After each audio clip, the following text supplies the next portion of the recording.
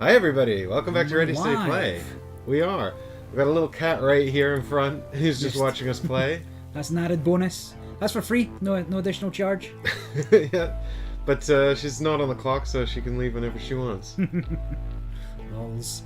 As long as she doesn't tap my fingers. Oh, keen. That was interesting. Uh, So we're here to do Twilight of the Gods, Age of Tribulation. We are playing on the Minecraft Game Topper, kindly given to us by Minecraft to support the stream. And this is a review copy of the game. It's from Victory Point Games, and this was sent to us by Tabletop Tycoon. But what is a Minecraft Game Topper? Who does that? Well, that's Tabletopper. Game Toppers. Game Toppers LLC. Oh my god, it's Tabletop Tycoon who sent us the game, and it's being played on a Game Toppers Game Topper. There we go. So there we go.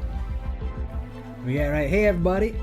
Yeah, we got a bit of a different angle here, so you guys can get the head-to-head nature of the card game. But we are finally playing another card game, which obviously, my jam. It's my jam. It's true. Barry likes the card games. We got sent a card game, so we got to get Barry in to play a card game.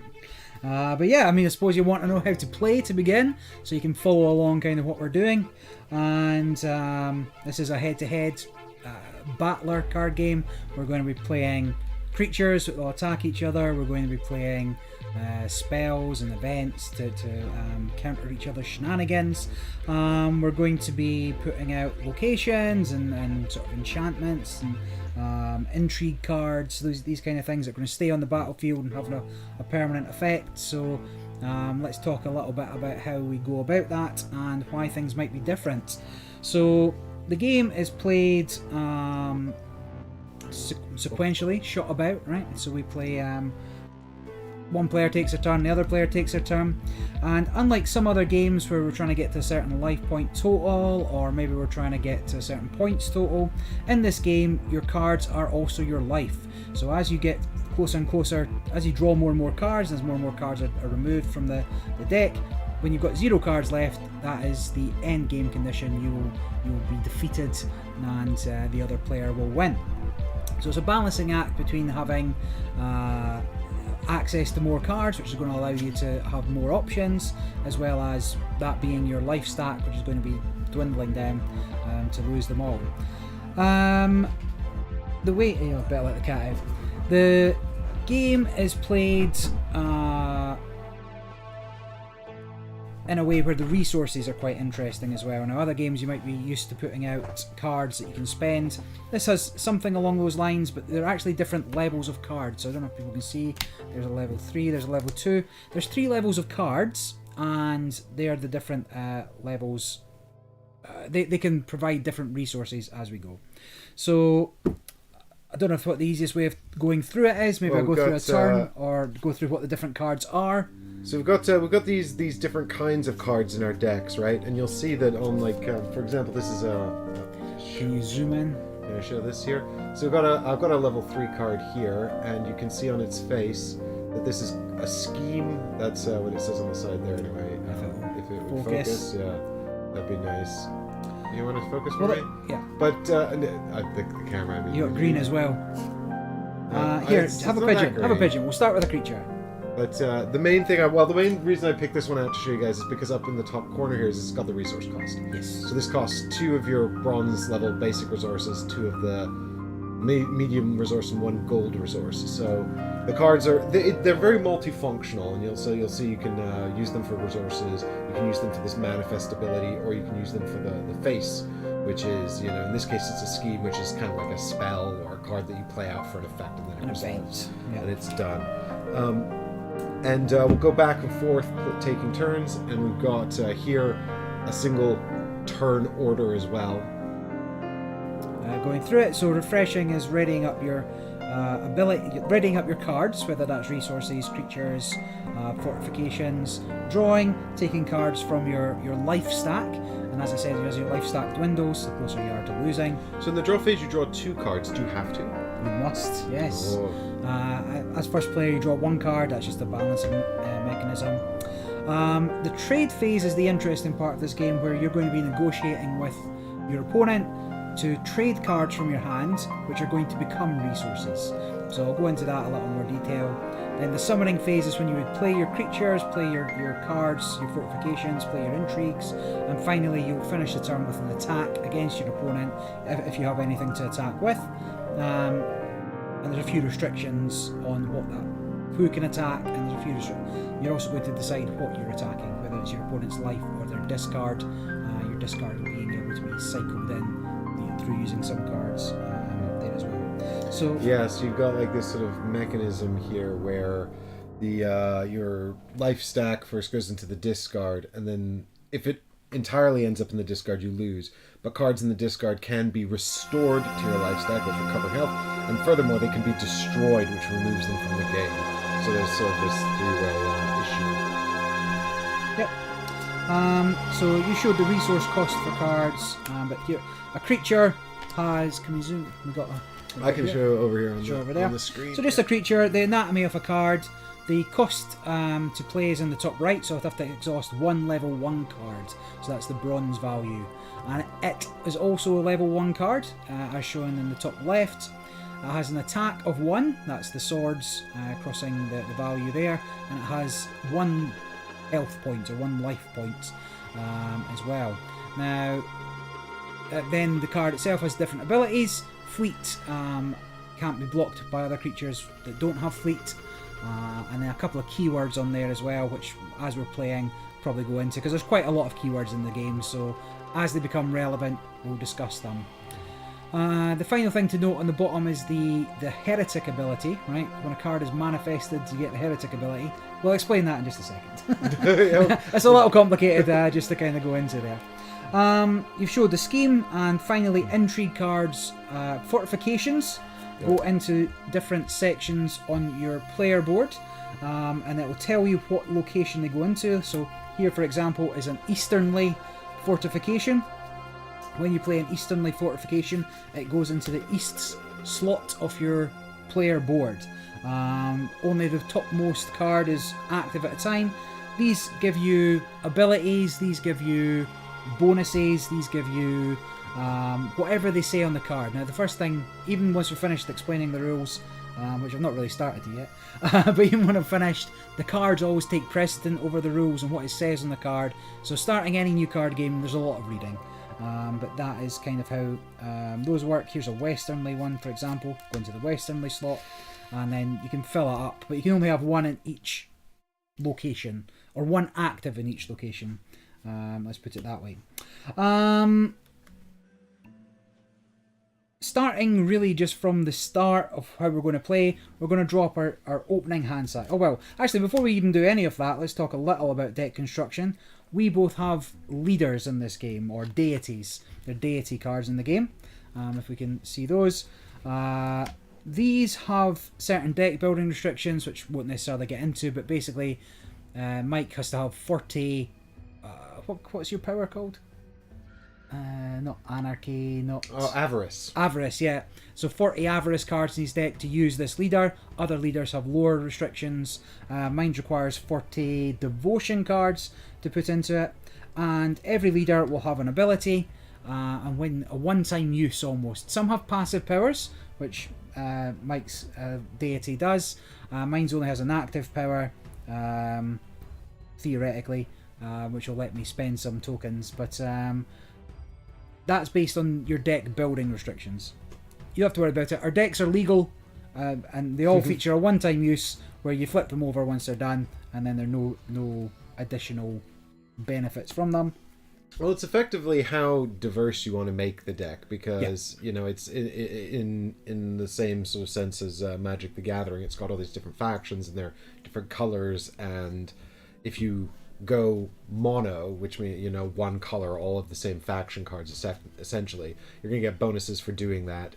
But this is the restriction of how many of those cards from that faction you have to use. So it's always a 50 card deck, because of course it's also your life counter, but this means 40 cards must be avarice.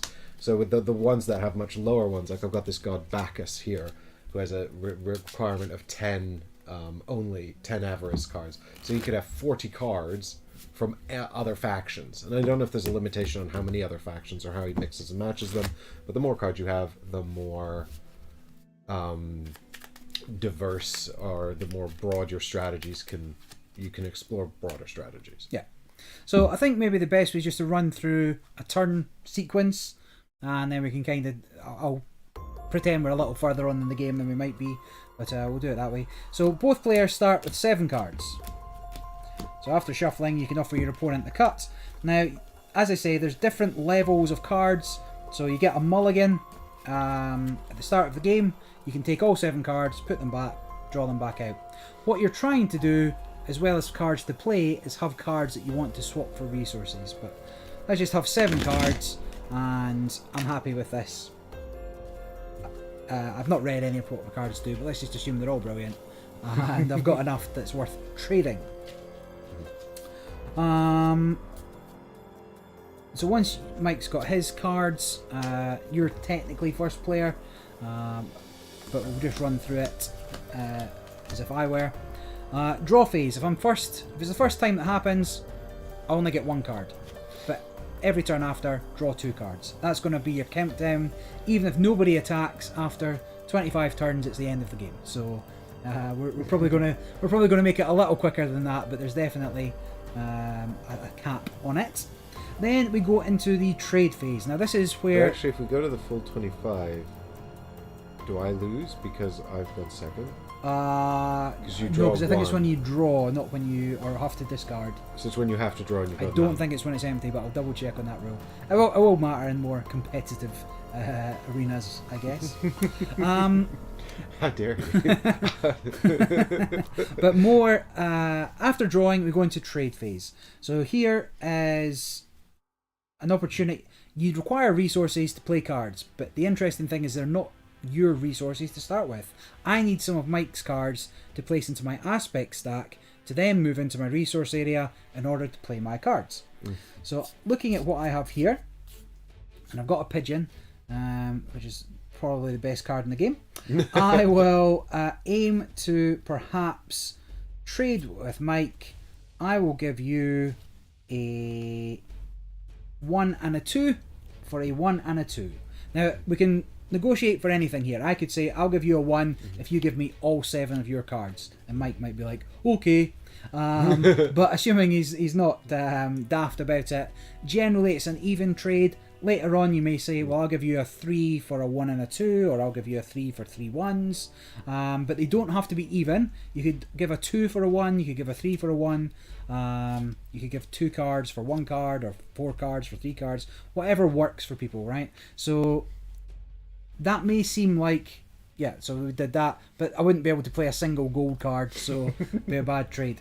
But let's say that Mike didn't want to give me any cards. He's like, nope, giving you nothing. Okay, cool. How else can I get resources?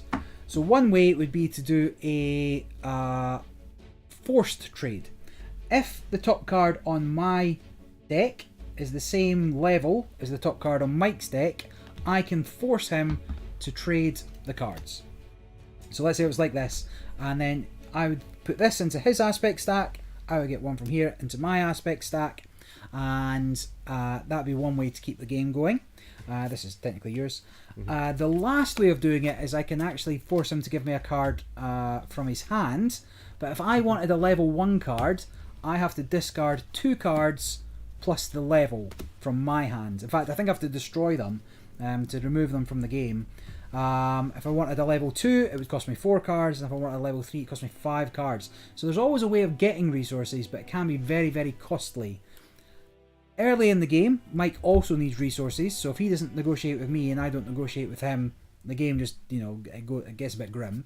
But there's no disadvantage to doing it. And the advantage of swapping cards is that he will know what the heretic ability on those cards are. So if he shows the bottom there, so the ability in the black bar at the bottom,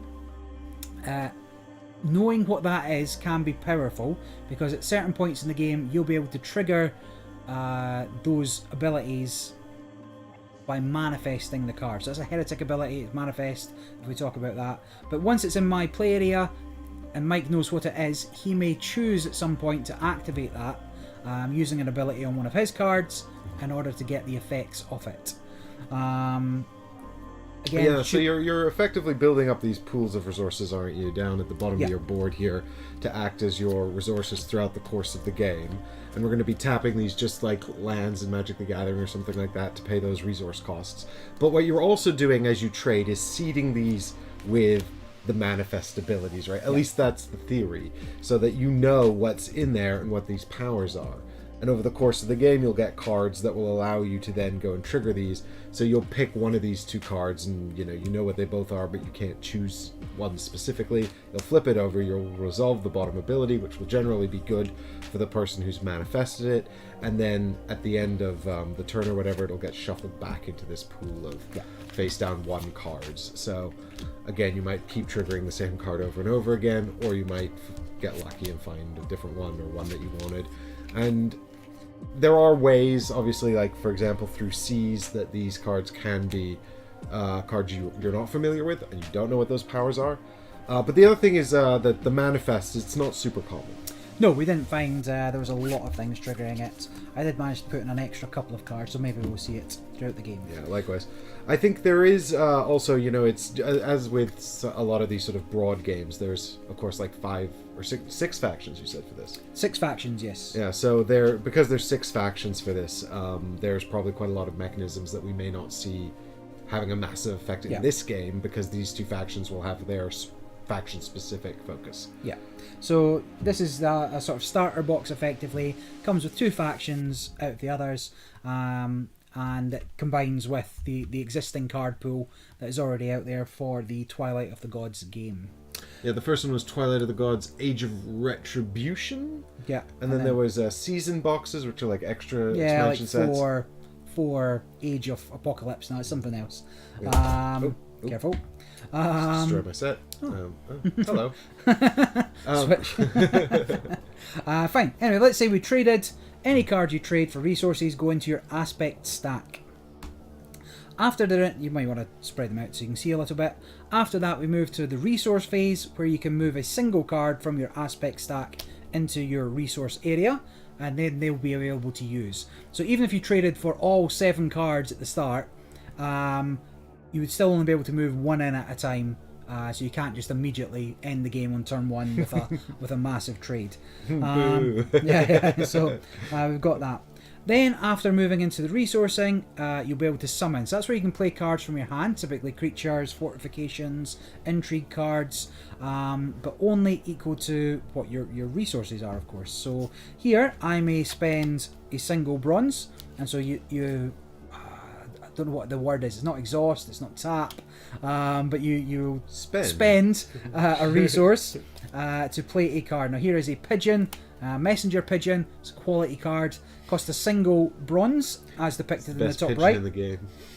And I can put it into my combat field. If it had any on-entry effects, they would trigger now.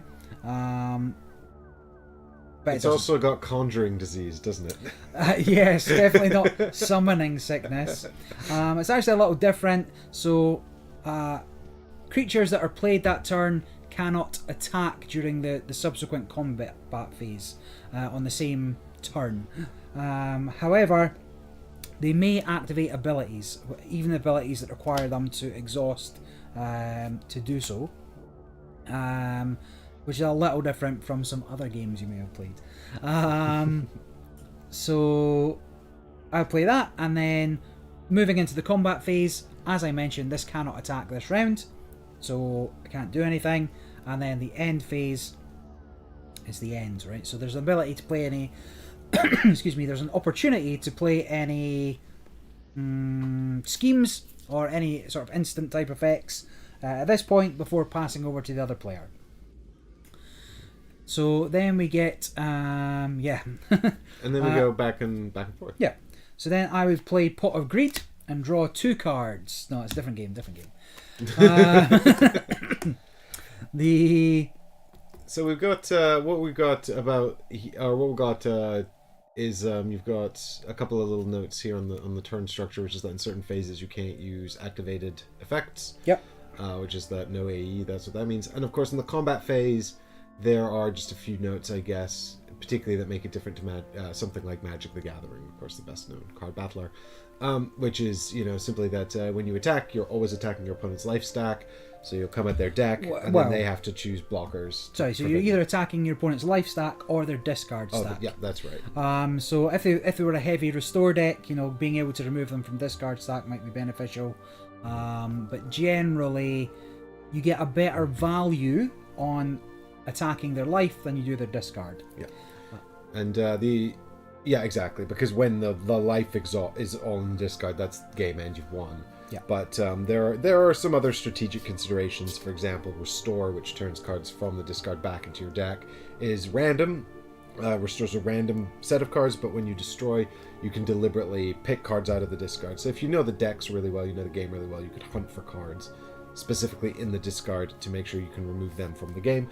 The other thing is, but the main consideration for this is that your opponent will assign blockers to block your attacking creatures, and they do that on one-to-one basis. So they can't gang up a bunch of blockers against a single attacker like you can in Magic. And I guess the other thing is that the creatures, as we've seen here on the Pigeon, who's 1/1, they have an attack value. That attack value is used for attack damage against other creatures. So this Pigeon would deal 1 against another creature card. But when you're dealing damage to an opponent in terms of their life stack, you always use the creature's hit points. So this deals 1 damage to an opponent's life stack. The final thing, I guess, is that damage is persistent. So once it takes the damage, now the Pigeon can't take 1 because it would be dead. Here, we'll swap it for an Angel. There we go. So the Angel's got 3 hit points there, and now it's lost a health. That stays for the rest of the game, and furthermore, it reduces the damage the Angel does to the opponent. Yeah, so instead of doing 2 damage, now there's 1.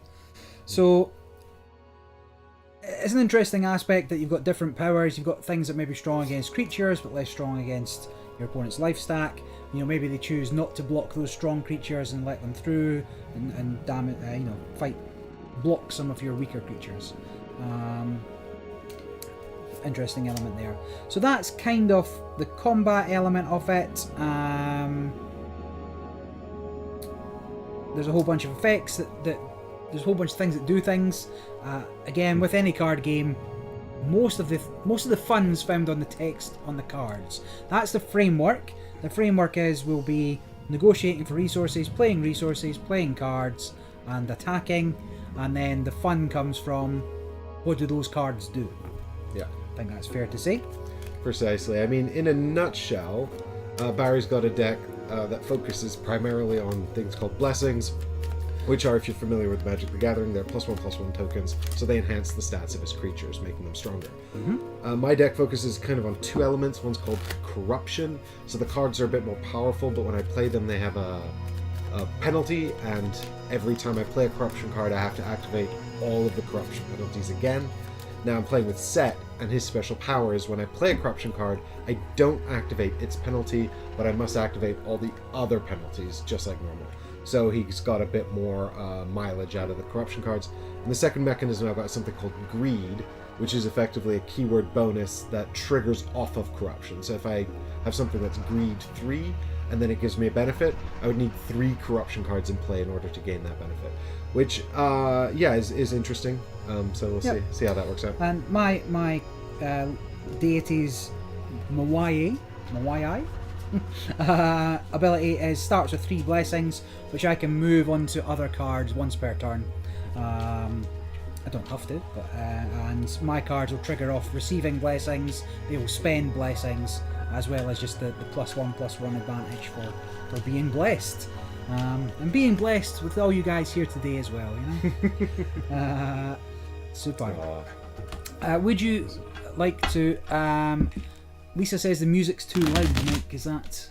I turned it down a bit. All right, was that? But if it's still too loud, do let me know. I turned it down actually a few times. This is possibly not the best curated playlist because some of the songs are just quite quiet and some of the songs are quite loud. Gotcha. No thingy. Would you no equalization? Would you care to cut my deck? And likewise, there we go. There we go. So this is if you ever play a competitive card game, you should always cut your opponent's deck so they've not stacked it. Obviously, we've not done that here today. One thing about starting that I wanted to talk about. Now here, the player explaining the rules goes first. If no rules explanation is required, it is courteous to allow the younger player to go first. Otherwise, choose randomly. Now, choose randomly is fine. However, I don't know if we've ever discussed this before. Start player rules can be just pick a player, right? And that's fine. However, wherever the rules are younger player starts, typically that should be because there is a first player advantage, and the younger player would get more advantage out of going first. So it's interesting that the person explaining the rules goes first, or the younger player goes first, where normally those would be not oxymoron, paradoxical to some degree. The person that's better at the game goes first, or the younger player goes first, and the assumption being the younger player is slightly worse. Which is, not. I guess that only goes up to a certain limit, right? If it's if you're playing games for 14 and unders, that's probably accurate. Otherwise, it's not. Doesn't particularly matter. So the first decision I have, even before flipping my cards over, is do I have enough cards to swap for resources early on? Now I can see that the first card I'm going to draw is a level 3 from the top of my deck. I have 3 level 3s, 3 level 1s, and only a single level 2. A good mana base, as what's the word I'm after? As told by the creators of the games, to have 2-2-1. You'll be able to play most of your cards with two level 1s, 2 level 2s, and 1 level 3.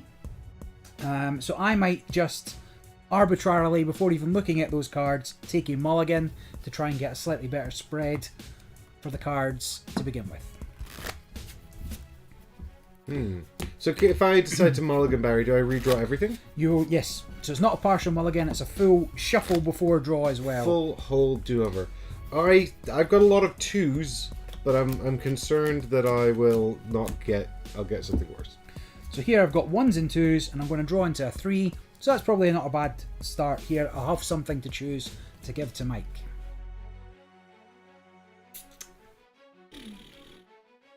Let's have another crack at it. Oh god, if it's worse though, I'm gonna be so annoyed with it. Let's have another crack at it. Why not?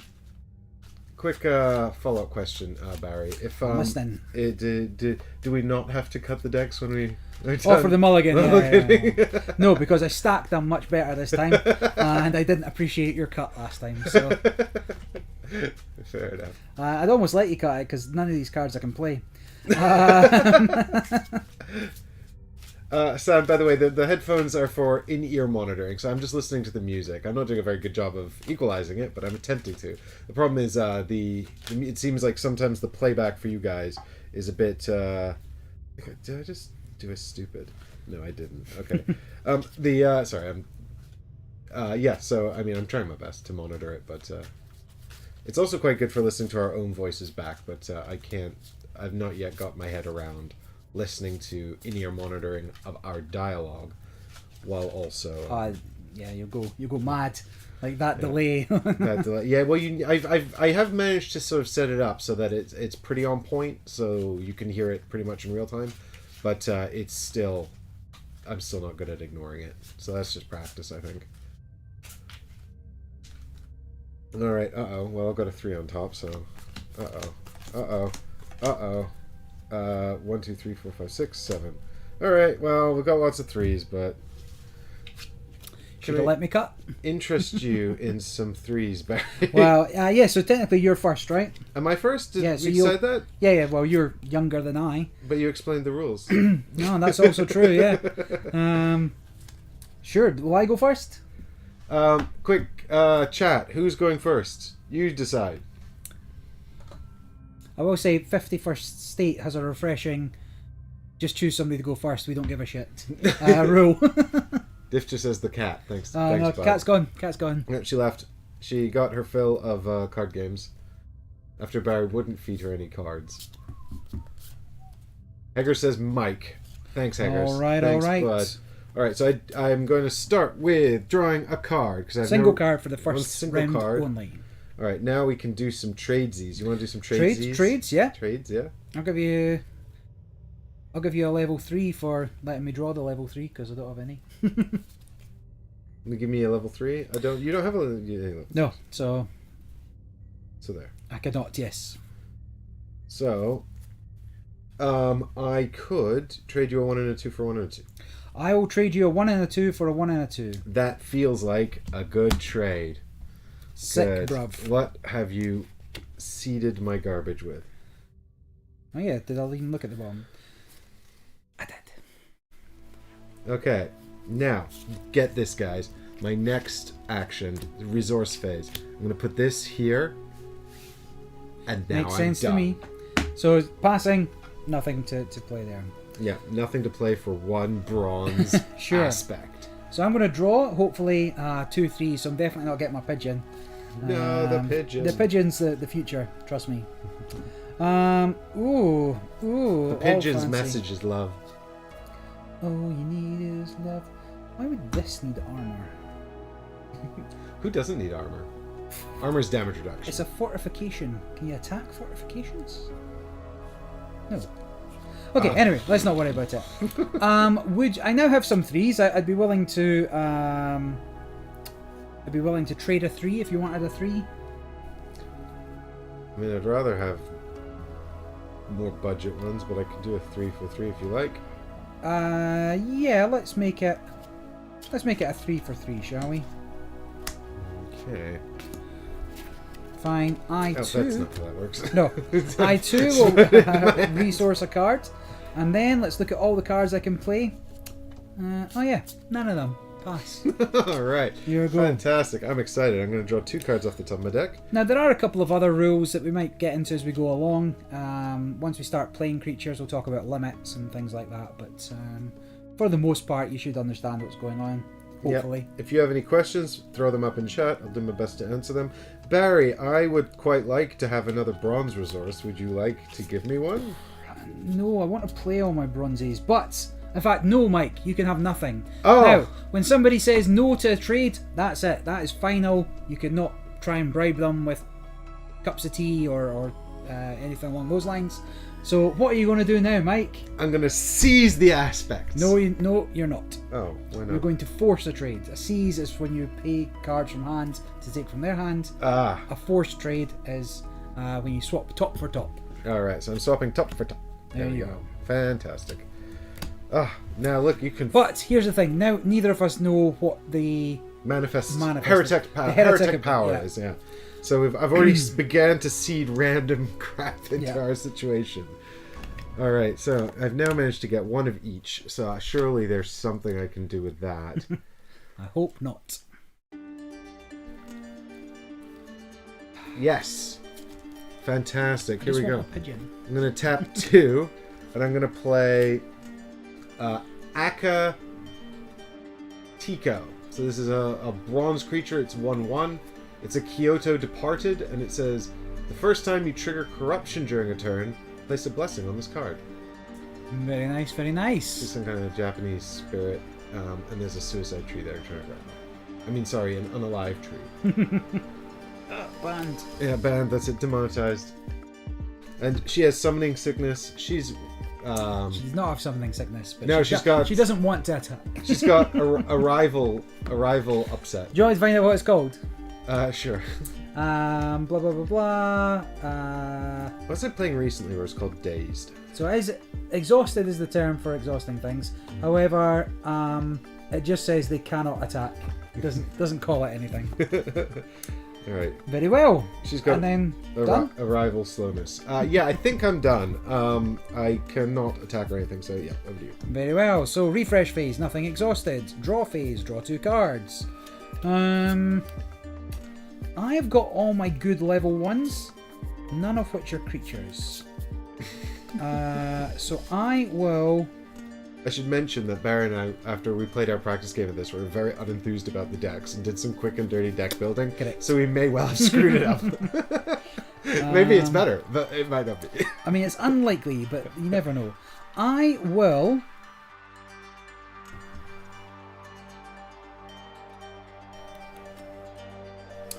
I will offer you a level 2 for a level 2. Any interest? And a level 2 for a level 2. I mean, I'm definitely interested in a level 2. Unfortunately, I kind of want to keep my level 2s.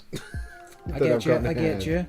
I would be any counter offers? Anything you wish to throw over? Forget about it. What about... Ooh, I've just thought of a rule that might be... pertinent? Well, not pertinent, but might come up later. There's no counter spells in this game, right? There's no way to... there's no cards in your hand. There's no nopes. Yeah, there's nothing that will stop a player playing a card.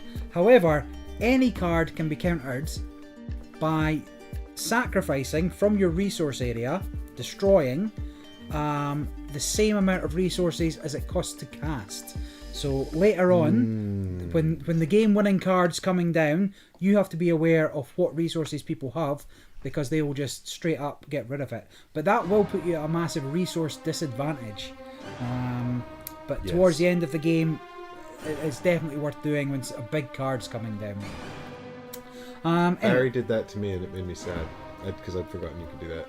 I still lost.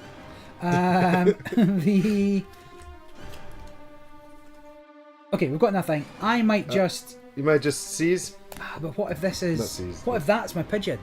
What What if the pigeon's there, Barry? Yeah, it's risky. I can't look. Actually, I'm gonna do nothing. I've got quite a low curve set of cards in my hand, to be honest. So I'm going to say no trades, don't care. Right, next I shall... You'll like this. I'll excited. resource another bronze. Now, this fella here, I don't like very much. No, she's a lost ghost. I mean, it's not the worst, but not great. The fact that she can get blessings is a problem for me. I don't want it to get bigger, so I'm going to take it out early doors. Ooh, but I might not. So here is... I'm going to, during my main phase, so summoning phase, play a scheme. I could have waited to play the scheme for at any point where it doesn't say no active effects, right? But I'm going to play it now. And this scheme allows me to manifest a single bronze. Oh, manifest, yes. Yes. Right? Oh, finally, fun. We didn't see this. No, I put it in my deck. This is one of the cards I changed. There you go. So this is Tithes, and it manifests a bronze, which flips one of the bronze cards face up. Correct. You may place one blessing on a creature an opponent controls. If you do, manifest another bronze. Intriguing. Correct. But I don't want you to have any creatures alive. So I'm going to manifest the bottom bronze there, please. The bottom bronze. Yes. So I know what that first card was. After this, I'm not going to know which bronze is which. Oh, geez. Well, I sure hope this is the one you expect it to be, and I didn't do something funny. This is what you expect to see? I think that is what I expect to Jars see. of light. If you look at the bottom. Manifesting player inflicts 1 damage to target creature. So I am the manifesting player. That is a target creature, and that only has 1 hit point. Sad. Get out of here. Look at what Barry did to my poor ghost. I was so excited about my ghost. Situation. I was going to buff her and everything. Out of curiosity, just to make sure we're playing this right, when something dies, is it destroyed, or is it put into the discard? Oh, good question. No, it is... Please hold. Each stacker blocks simultaneously, places the equivalent number of damage markers. Well, here's the thing. Barry remembered where this card was, and then he did that strategically against me. This is a problem for me because I'm not good at that kind of thing. I'm not good at remembering. I didn't even read the abilities of the cards I gave him. No, so I'm just kind of hoping that they're good. there you go. When a creature has damage equal to its life, it is slain. Slain cards are discarded. Right, they go in the discard. Yes. Okay, cool. So that was worth checking. But that is fine. Done. That's it. Yeah. Turn is over. Correct. Now, end of the round technically. You're going to take the 2 bronze cards, the 2 level 1 cards that you So have. this is the end phase of your turn? I think at any point it's manifested. So during the... Blah,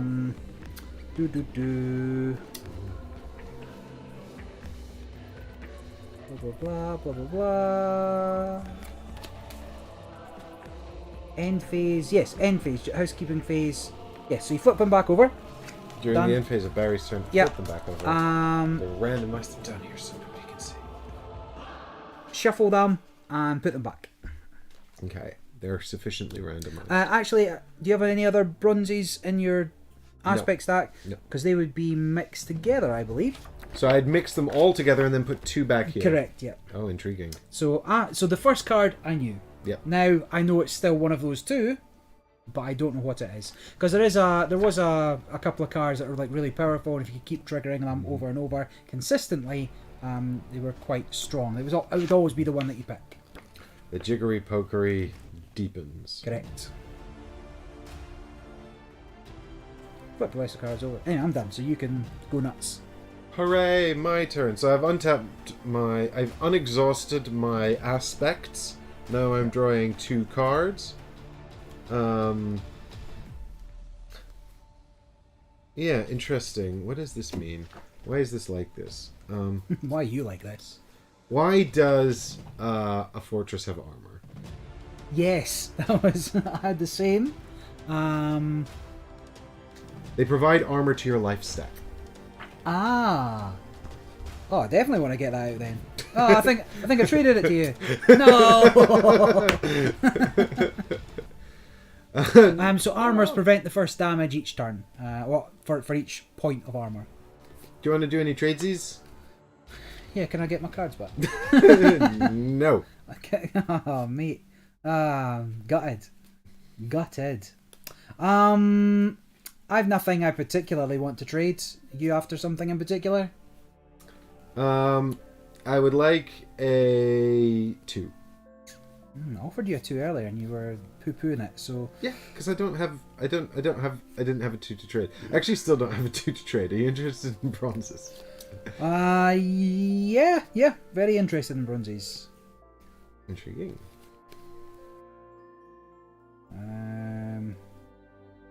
So what about this? I'll give you 2 bronze for a 2. Oh man, mate. Yeah, okay. Oh, but that's a combo. I found myself a combo. I'll do it anyway.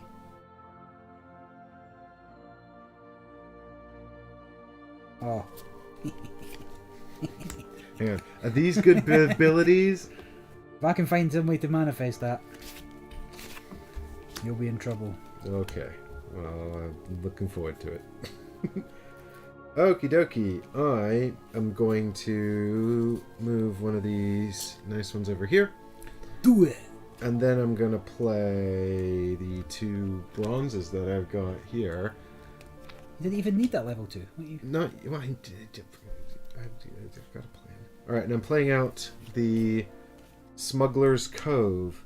Ooh! So this has Armor 1, and it's also got Corruption 1.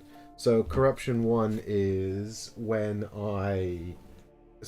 normally this would trigger right now when I play it, but it doesn't because I'm set, so this will trigger the next time I play a Corruption card. And Corruption 1 means I have to destroy the top card of my deck, and then I can restore 1, which means I can take 1 from the discard and put it back into the deck.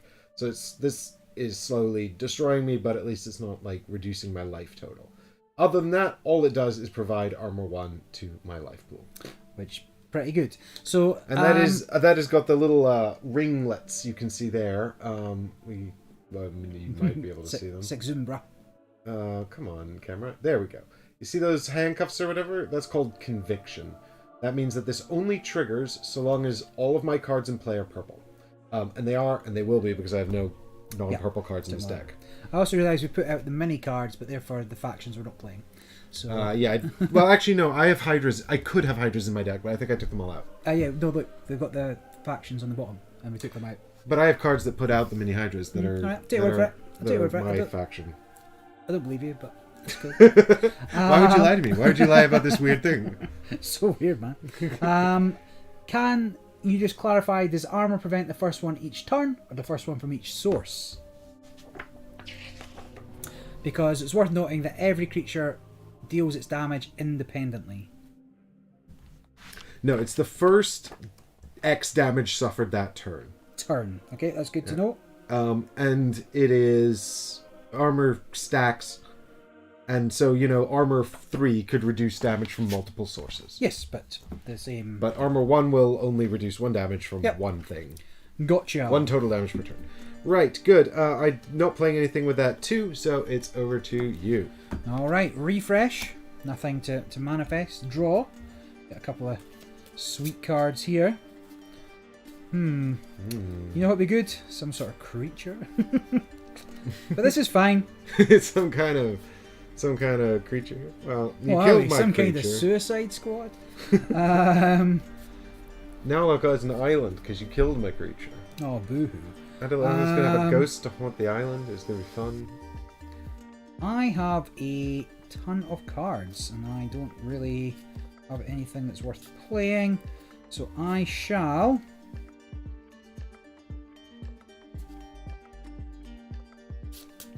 No trades. I'm not interested. You know level 2s, do you? So it doesn't help me. I'll play a level 2 for my resource. So no trades. I'm off it. Not interested. I'll play a level 2 during my resourcing step, and then I actually don't have anything I want to play, so I will pass. This is a top quality deck building we've done here, Barry. Yeah. We're really aggressive, really aggro. All right. I'm gonna untap my ones. I'm gonna draw unexhaust. Yeah, untap. It's fine. Okay. The guy played Magic. The guy who made it played Magic. Yeah. So now I I'd like some cards from you, Barry. Well, what would you like? I'd like a bronze one. If I want to seize a bronze one from you, what do I do? You would discard 3 cards from your hand. That seems... So it's 2 plus the the number level of of the card. Yikes. Alright, this is a bummer because I've got... oh, that's the wrong angle. Here we go. This is a bummer because now it's a 2 and a 1, so I can't just force trade. Yeah. You sure you don't want to give me a couple of ones for 2? Let me have a little look. What does this do? It's not...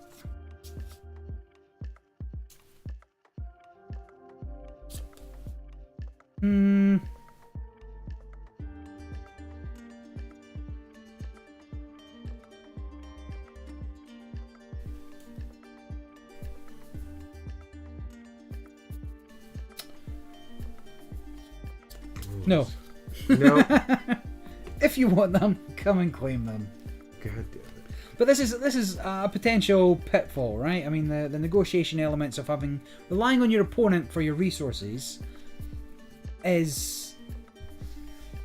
Well, I will. Let's see how this game plays out, and then I'll give some thoughts on it. So I'm going to trigger this one over here.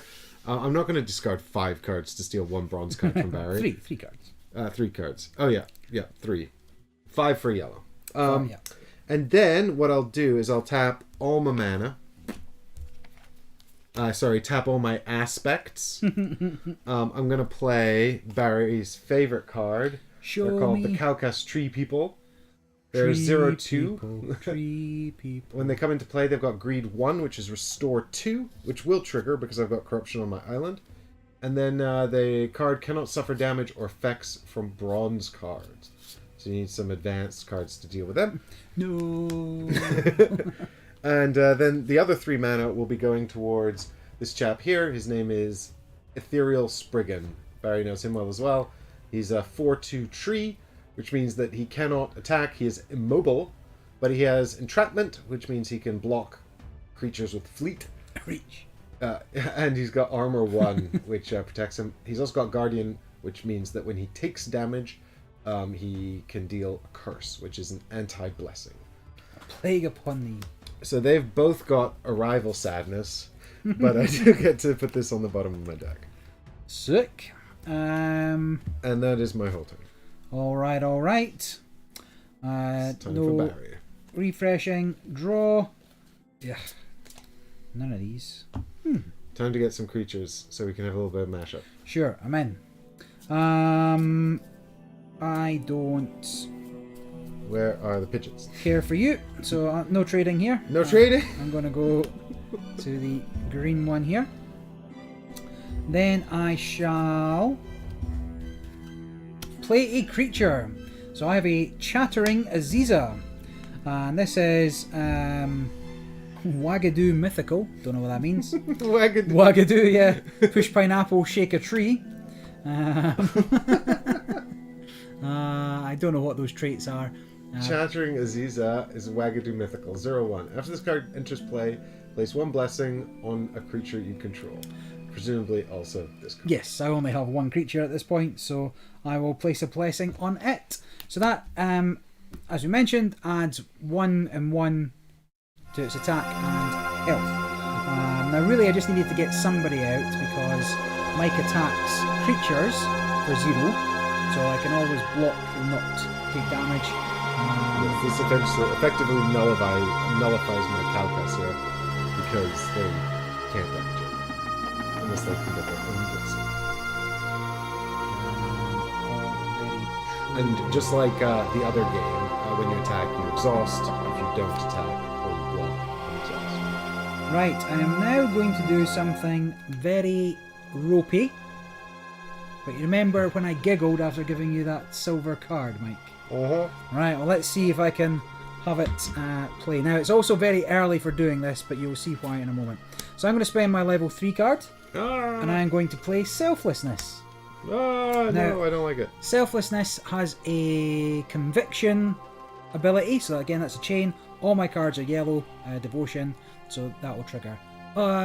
So now I can manifest a level 3 card. But Mike doesn't have any level 3 cards. So, what does the next bit say? If you did not use the conviction ability, manifest a level 2 card. What fun. So I will do that, I think. And then place 3 blessings on a creature opponent controls. No, don't need that bit, don't need that bit. We never get to the end of the card, but this is fine. Alright, so I'm going to manifest the top level 2 there. I don't like Barry's new manifesting stratagems. Is this what you're looking for? That is not what I was looking for. So, is this a very sad mistake about that it. I've made? No, I don't know. Okay. Because you definitely already had a level 2 out when I gave you a level 2, didn't you? Yes, I believe so.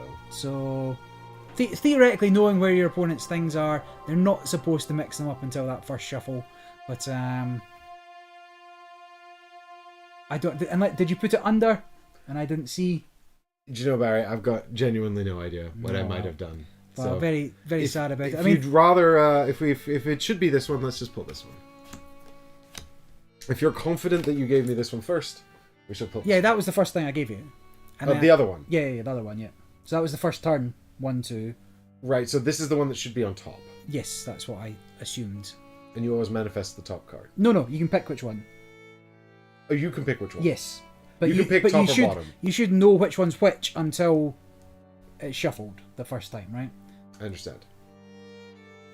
But when I've got the stack here then, and I'm deciding, like, if I haven't... Because I definitely had... I don't actually know if I had both of them here before putting them out. That's my question as well, so I don't 100% know. But We don't know that. I thought I gave you a level 2 after you'd played a level 2. But I'm fine. Just flip the other guy. Doesn't matter. Or shuffle them. Flip one. Doesn't matter. But I was expecting to be able to play the card. I was flipping over. Let's have a look. If it's that guy again, then that's fine. Yeah, it's that guy again. So what does he do? He is... Exhaust that card, but it was already exhausted, so it didn't make any... Exhaust this card? Is that it? Yeah. Barry, that's not fun. He's not, but he's a terrible card to play as well, so I So should have he's taken just a dreadful card? Well, no, so I would do that during the draw phase or the resource phase, for example, to exhaust it before you could use it. I see. But that's not what I wanted, but that's fine. And then I got to put 3 blessings on you for doing nothing. Sad. I guess I will... Whoa, I mean, if I put it on your man, that's a bad one.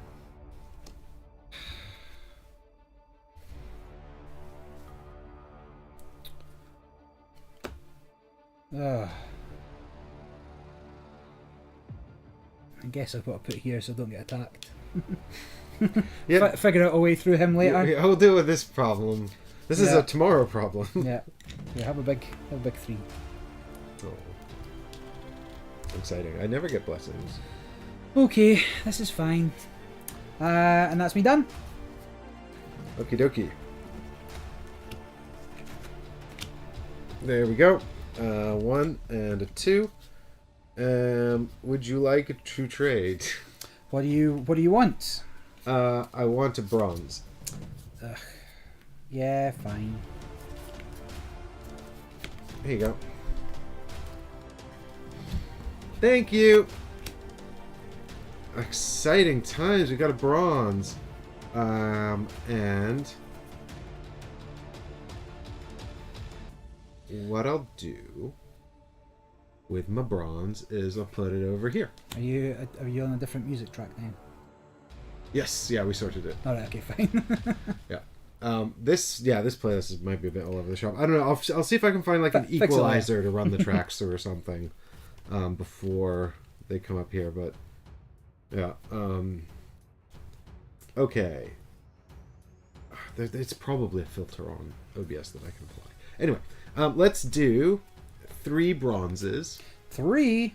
And 1 silver. She never traded.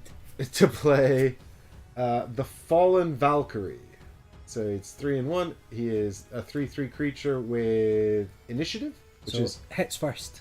Hits first. Yeah. But he's got corruption. All opponents restore 1.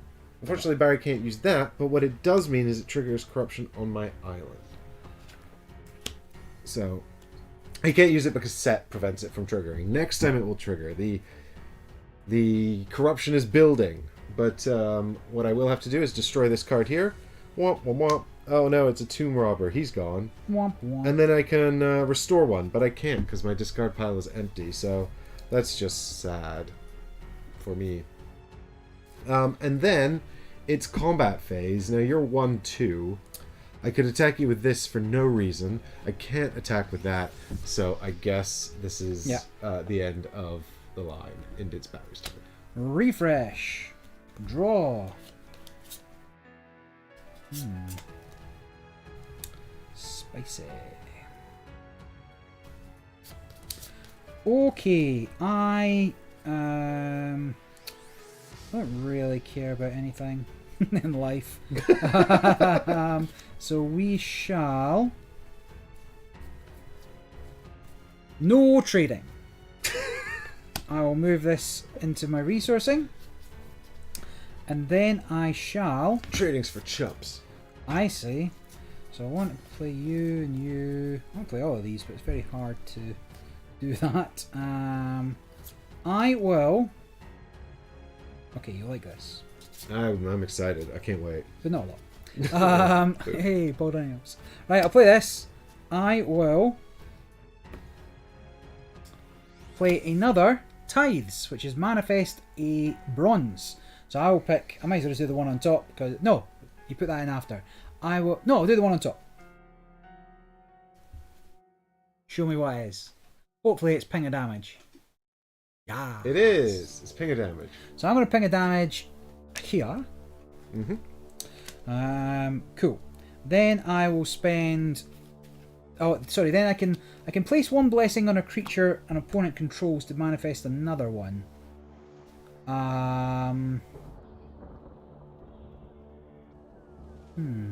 Now you can't place a blessing onto the tree person because the stack size is 3. Yeah. So he'd have to give a blessing to something that can actually hit him. Yeah, so... Let's not bother. I got my 1 damage out of that. That's fine.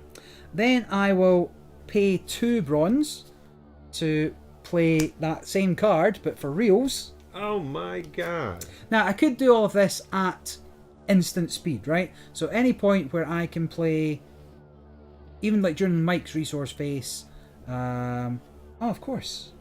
Could have been playing these on your turn. I need to get good. That's what I need to do. So you can play these on my turn? Correct, yeah, which I should have done because I wasn't particularly tapped out at that point, was I?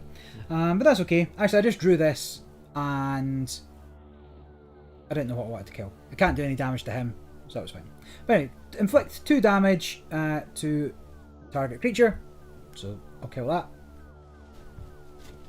Unless you got some shenanigans. He doesn't. I don't. For a single silver, I don't think so. No, I'll save you some bother. Dead. Yeah, what am I doing? There we go. And then I may move 1 blessing from a card I control to another card. I will not. You could move that one blessing that you control over to my side of the table. I could, but I don't fancy that. And then I will pass. It's not high stakes at the moment, right? Okay, let's have a look here. So we're gonna shuffle these. Nobody look. There's a secret shuffling. Every day I'm shuffling. All right, let's hope I put that stupid arrow on the bottom. We'll find out. Okay, so those are unexhausted. I'm gonna grab 2 cards here. I got some 3s. Oh, now I've got some bronzes. Fancy.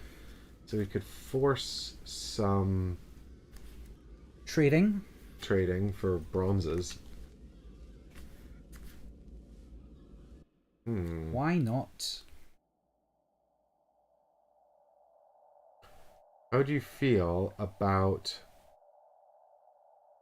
doing a little bit of trading?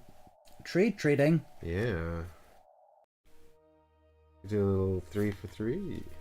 Yeah. All right. I'm in. Oh, exciting! He's in. Okay. Now, here's where this confusion might have come from, because you've just given me this 3. I've put it on top of my stack here. Yeah, and then you play it. Now I'm going to play a 3. The 3 you just gave me. Yeah, no, I get it, but I thought you'd already put the 2 out. No, I know. I'm just trying. Do I have to play the 3 you just gave me, or can I pick? You can pick.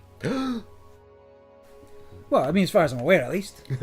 Strats. I like that, though. That feels a bit more like dynamic. I'm going to swap. I'm going to not play the 3 you just gave me. I'm playing something else instead.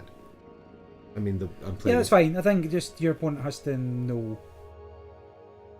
During the resource phase, you must move an aspect of power card of your choice to your area fresh.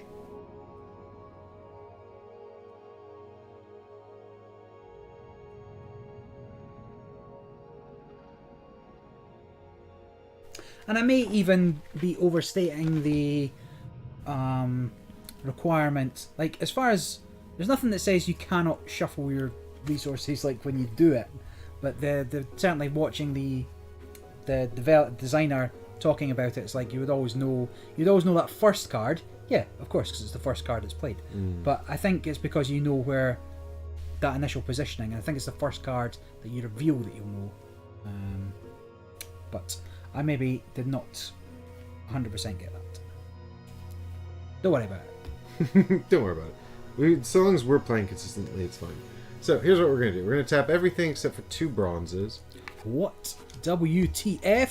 To play Midas the Golden. He's a Greek hero called Midas. And he's 2/3, and he has armor 1, and he lowers the greed threshold of my cards by 1. And also, I can exhaust him to trigger a corruption on one of my cards.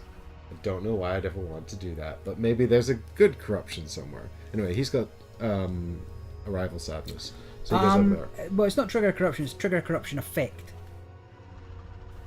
So you don't have to destroy a card off the top to get it. Oh. And also remember... You may trigger a corruption effect of your choice on a card on the combat field. So that'll let you, whatever that does, that's a restore. So that's just, as long as you're willing to exhaust him every turn, you can keep restoring, right? Right. Interesting. Well, I'm not sure. Well, we'll see. Well, he can't attack this turn. No. But he could do that. But he could do that, yeah. Okay, well then. And you've already got a strong defender, so you're not worried about me coming in over the top or anything at this point. Yoink. You fool! I've talked him right into that. Haha! And now he's tapped Midas. So the only other thing I can do is attack with this guy, which is pointless. So it's Berserk. Sick. Ready. Draw. I have no interest in trading. I'll play a bronze, and I think I will pass and keep my shenanigans for a later date. It is your go. What is happening? Barry Society doesn't want to play cards. I've got shenanigans. Don't you worry about me. He's built a whole shenanigan deck. He's ready to surprise me. I'm excited. I'm waiting. Here's 2 cards. Alright, so Barry, are you interested in tradesies? No. No. Okay. I guess we will do no trading. Good. Alright, so here.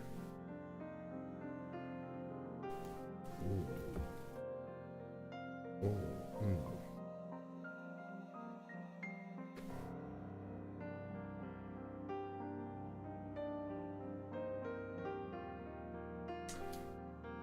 Okie dokie, so. No, I definitely should. Carry on. Just thinking, no, that'd be a better way of doing things, but no, it's fine. We're fine. Alright, so with no trading happening and no alternatives to trading taking place, here's my other gold one. Resourced. Yep, now you remember exactly what that is. You know what's going on, so that's exciting. So I'll tap these all to bring back Barry's old friend. Hello, darkness, my old friend. The Janus Drake, he's a 4/4 monster. He's got armor 2. He's got corruption 2, restore 1. You can also exhaust him and a gold mana to curse 1. And if you remove a blessing with the curse, then he can curse 1 more. Must be the same target. And the thing to note about that is that curses remove blessings, basically. But if they have no blessings, then it's just deal damage. So, there we go. But he's got Arrival Sadness, and I don't have the mana to use his ability, so he won't be doing anything this round. He'll just be sitting there. And now I have to pay the corruption cost, not of him, but of my island again. So, I guess I'll destroy this, which is... Oh, that's a shame. That's my Phoenix. This is how I'm going to win. I wanted that. And then I can restore 1. Oh, he's good. Oh, yeah, I don't have to pay for him. I have to pay for this. Yes. Right. Good. So that's that. I'm going to consider attacking you now. Come at me, bruh. What are you? You're 1/2. I'm a 1/2. 1/2, 1/2. Okay. So. And I don't have to block, right? If Mike comes at me and I'm like, I want to save this creature for doing something later. I don't have to block. But I can only block a single creature that he attacks with. So if he swings with both, for example, I choose to block here because it's not going to do me any damage because it's got 0 attack. And let this one through. That's fine. However, Mike has fallen for my trap card. Oh no! So, after declaring attackers, I can, before declaring defenders, do some shenanigans. So the first thing I will do is to spend 2 to play Omamori. Now, Omamori lets me restore 2 as sort of the default part of it. When you restore cards, you don't get to choose. You shuffle kind of what's there, and then try not to pay attention to the fact that there's a single 3 in a sea of 1s. And so you just look away. You look away. It's very important you look away. You can also shut your eyes and hum. And then you take 2, 2 for restore 2, and put them to the bottom. Yeah. Cool. Then, because I have conviction, I get to trigger the secondary part of that, which is place a blessing token on a non-deity card, so not my main man, but I'll put it on him. Very good. Pretty good, right? But not as good as playing another one, which will let me do the same thing again. So here I shuffle, and this time I don't know what they all are because they're all level 1s. Now I've always got the option of burning 2 bronze mana to That's not true, do this. even though they're exhausted. Would you like me to? No, that's fine. I'm not going to. Pretty early doors. You love bronzes as well. Yeah, I love bronzes, so I don't want to do that yet. For that, it will let me place an additional blessing token there, which now makes me a 3/4, which is far more formidable. Now, worth noting, Mike, now realising he's going to die... Oh, actually, you have to exhaust the attack. I'm also not going to die because I've got armor 1. No! It's alright, I'll kill you later. So they're exhausted, yes, from attacking. That is true, isn't it? Well, that was my fun plan. It's a fun plan. You've got a big beastie now, and you got a Yeah. bunch of health back. So I'm not stoked about your fun plan. Okay, I will instead... So you're not going to block Midas the Golden anymore? No, I'll block your crappy man and kill him. Okay, Crappy Man is dead. You take 0 damage from that. Yeah. And then you take 2 damage. No. 3. 3 damage from Midas. 2, 3. Cool. Good, we're getting all the shit out of his deck. That's what we want, to burn shit. And so then he has to only play good cards. Yeah.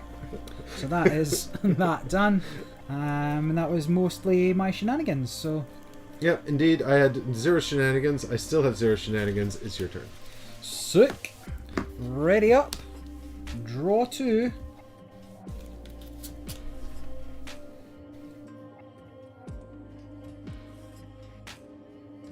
Then I will... I need a deck with more shenanigans, folks. That's what I need. There's nothing more fun than playing cards on your opponent's turn. Do you have any silvers you wish to trade for? Do I have any silvers that Level I wish 2? to trade? No, I really like my silvers. Then we shall Force. mandatorily do it. That is... Thank you kindly. I will then play that into my stack here. But how do you know what it is? I don't. Incredible. How do I know what it is? Unbelievable. I also don't. What could it be? So, the first thing I'm going to do is finally play the messenger pigeon. The Hooray! pigeons arrive. It's the best. It's the best card in the game. Incredible. Fantastic. You'll see what it does in just a moment. I will then play 2 and 1 for an inspiring Bushi. So Bushi, like, not quite wandering Ronin, but you know, paid samurai. Strong Asian themes in these two decks. A little bit, yeah. Yeah, I don't know whether that's kind of what it's set in. Actually, if you look at the box, it's got that big sort of Asian dragon, which is the, you know, wingless worm. There you go, if you can see. Probably can. Oh yeah, he's up there in the corner. Yeah. But I'm going to play him. When he comes into play, stuff happens, I believe. Is that... So he's 0-2. He's a Kyoto soldier. He's got initiative. After this card enters play, you can place a blessing on it. When you place one or more blessings on this creature, you may place one blessing on another non-level 3 creature. Yeah. So this comes into play. I get a blessing on it. After I place a blessing on it, I can place a blessing on my pigeon. Pigeon has piety. When it gains a blessing, it can trigger the ability, which lets me draw a card. Boom. Combos, baby. Don't like it. Stop the combos. Get these blessings out of here. Right now. It's time for curses. I will then utilize my deity ability to spend one blessing to place another blessing on the Bushi, which will let me place another blessing on the pigeon, which will let me draw another card.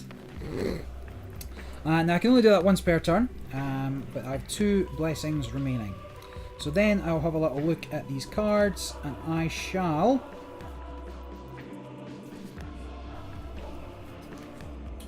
you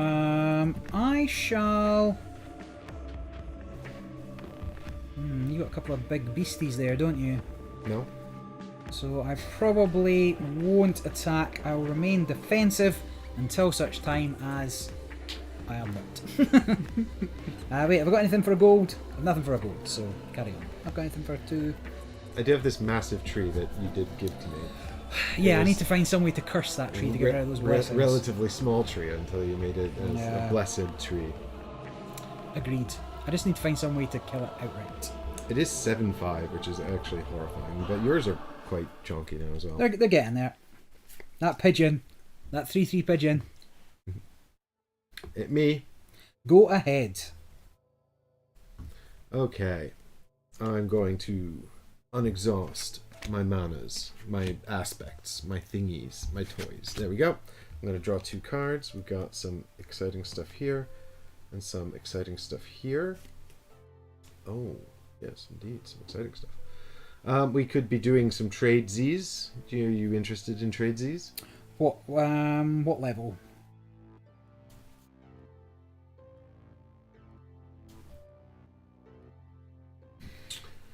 Do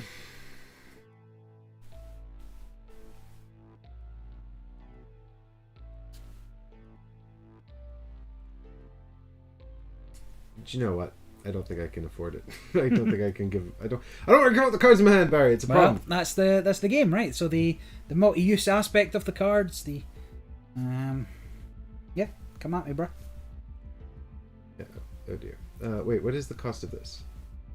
Oh, that's way too expensive. I can't do that. Can I play 2 mana this turn? Would you mind? That is not the game. Ooh. But I'll let you play one this turn and one next turn. How's that sound?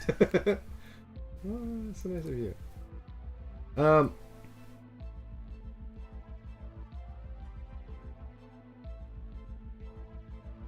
Okay, so I think what we need is this guy. Show me the monkeys. What we want is this guy. I just don't want these. I don't like all these monsters you've got going on over there. Well, do something about it. Maybe I will, Barry. Maybe I will. I can't or don't want to force trades these for what we've got on tops of our Dexies.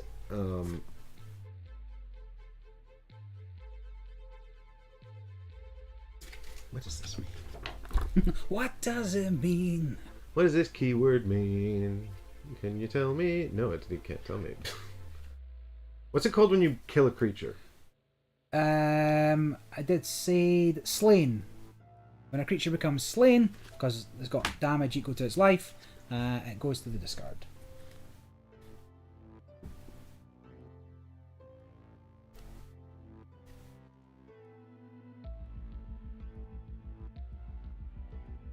Interesting. Ooh.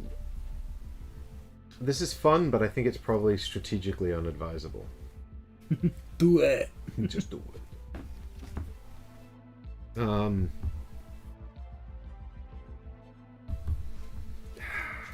Oh, we could do that. Yeah, okay. Let's do this and then see what happens. So I will put this mana out. Do it. I'm going to tap 1 bronze mana and 2 silver mana to play. Oh, but this has the upkeep cost. Ooh, intrigues, baby. Oh, it's probably fine. Oh, he's untapped. Sure, why not? So it is Hammurabi's Tablet. So this is a 1 cost, or it costs 3 mana. It's a level 2 card. It's an intrigue card, which you can kind of see there on the side, under the Very faintly. Yeah, on the left side there. And then what you can see down here is an ongoing upkeep cost of 1 silver. So I'll have 1 silver mana tapped now until such time as this card is removed, or whatever. It's got Corruption 1 on it, and then its ability is you may ignore up to 2 corruption effects each turn. Pretty good, pretty so good. This is going to kind of combo with what I've got going on here, because set allows me to ignore its corruption effect, and then it would trigger the corruption on this guy and this guy, but I can choose to ignore them. So that's nice. Very good. Very good, very nice. However, should you play another corruption, I will lose set. Set will trigger. He will kill some monster on Barry's team, and then I will lose his power. He'll turn face down and have no further powers other than big pink fists. whatever. And then I'm going to tap 2 bronze. My remaining silver. Oh, when do I pay upkeep? During the refresh phase. Right. So when I would go to untap these, I'll only untap 2. Correct. Well, you done tap it and tap it again. Okay. And then I'll tap 1 of these golds. And I'm going to play Barry's favorite, the Dishonored Ronin. So he's a 4/2, and he's got armor 1. And whenever I use a curse to remove a blessing, he gains a blessing. I do not like your guys. And then what I'll do is I will activate Janus Drake and this gold mana here to do curse 1 to you, Barry. Sure. Who's getting it? This guy. 1. You want to do it again? Yes. Who's getting it? Same guy. It's got to be the same guy. And then I got 2 blessings. Very good, very nice. Bink bonk. All right. Now the question is, do I attack Barry? We've expended all mana, and what we got here is this guy's got summoning sadness. I mean, arrival misery. This guy can't attack, so do I just throw Midas out there? Barry can only block the 1 person, but they'd all deal damage, and I think I'd probably just be sad. I'd do some damage to you, but I wouldn't kill any of them. Not at the moment, no. So...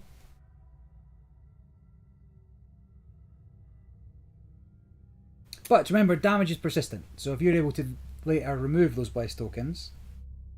Yes, yeah. The damage could kill. Yeah. Damage is persistent.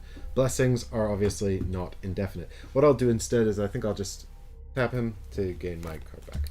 Alright, alright. Alright. It's Barry's time to shine. Barry, well, sorry, before end of your turn. You've seen it before, and you'll see it again. It's outrageous. Sorry, not looking. 2 at the bottom. And then I can place a blessing. That blessing I'll put on here, which will put a blessing on here, which will draw me a card. And then, yep, me. So refresh, draw 2.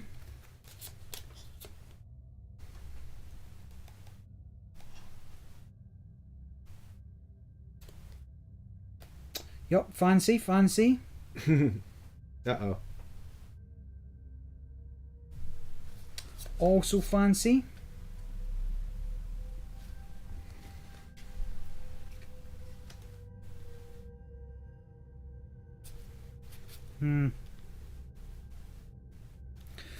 Right, well, I guess we all start as we mean to go on. Now let's move the gold over, I think. Trades? I don't really care. I'll move that over. Barry's decided not to trade in the trading resource game. Super. Let's think about what is best to mess up here. And Don't mess it up. Don't mess any of them up. Don't mess them up. Leave them alive for me to play with. Because I want to have them to play with. Let me think. So, can't get all of these out. I'm going to start with this one. So spend 2 and 1. This is a scheme. It's called And again, like Faith's Bonds. Could play this at any point, but playing it now. Remove any number of blessings from cards you control. Destroy a non-epic creature whose printed health is equal to or less than the number of blessings you removed. You may also slay a bronze creature with a printed thingy thing that is also. Now it's worth noting I've just realised Mike's cheating. Oh no! How am I cheating? Oh god, the restrictions. Yeah, we didn't cover it in the rules. I forgot about it. Yeah. So it's fine. We'll no, play I'm not on. cheating though. Oh, I am. Yes, I've got 3 golds out. Correct. So there is a creature limit based on the amount of resources of that level which you have. Now Mike has 2 level 3 resources, but he has 3 level 3 creatures, Which is no bueno. which is no bueno. But we'll move on. We'll let him just put his resources wherever he wants in any order. We'll just let him have 3 creatures. It's not a problem. I'm terribly sorry. It's fine. I almost got away with it too. If it wasn't for you For you meddling kids. Meddling kids. Oh, you don't even have like a level 1 creature out. Sad. Doesn't matter. Anyway, remove any number of blessings. If you can kill one of my level 3 creatures, we can make this right. I can, but I did. In fact, yes, I think I will.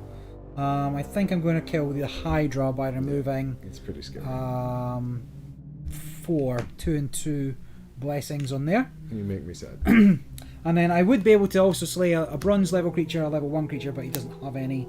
But that is okay-ish. Then I shall...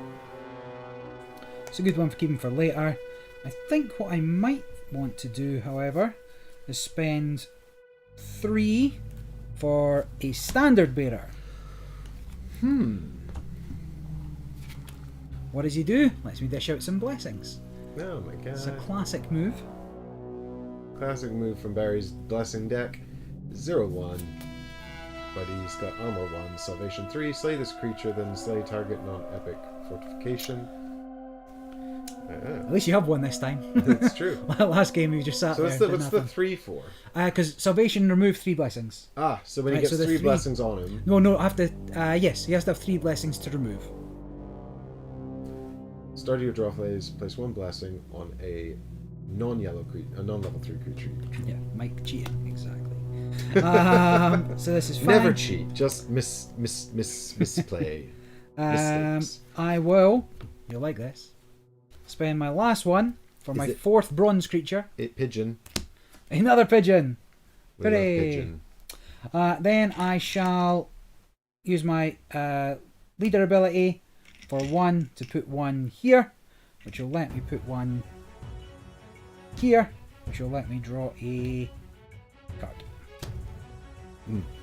Done.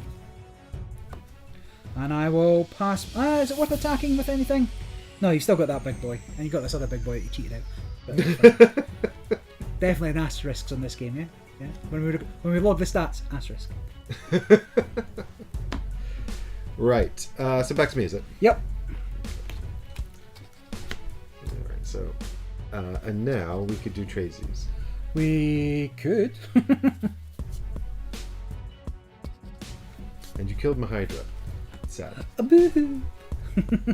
It's true. And I don't get to untap all my mana either because I paid for fancy tablet. That's you technically moved over a little there, but that's fine. You put your ones in your I have. awaiting column. There we go. But there's not enough room to tap them here. No, it's slightly it's very annoying. Like there should just be more. There should just be more room. Yeah. But so these play mats, they're quite useful actually. But if you play the game a lot, you'll probably not use them.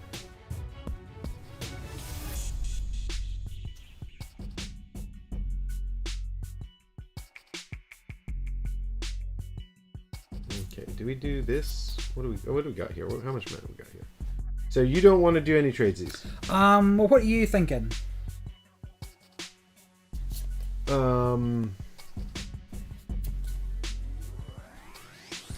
thinking 2 about. more level 2s. Now you're tapped out. I'm thinking a 2 for 2 could be a decent trade. What do you reckon? I will. Well, yeah, you can't take up the top. I will trade you a 2 for a 2. Fantastic. 1 for you, 1 for me. Right, and then I can manifest this. We did a trade successfully, folks. Hooray! Justice prevails. Playing the game correctly. Listen, I've always been playing the game correctly.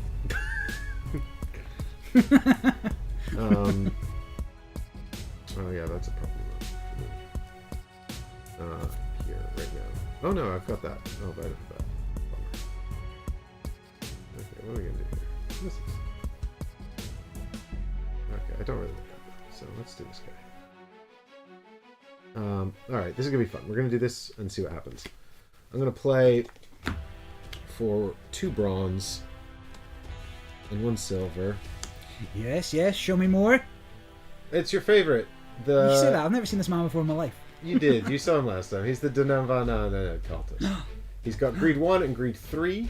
I manifest a bronze and a gold. I can reduce the cost of those thanks to Midas. And I can just do them anyway. He's also got corruption 1, then place a blessing on this card. Oh, I forgot to untap Midas. Yeah. So I have to burn this here. Oh, it was my other guy that looks like that. There we go.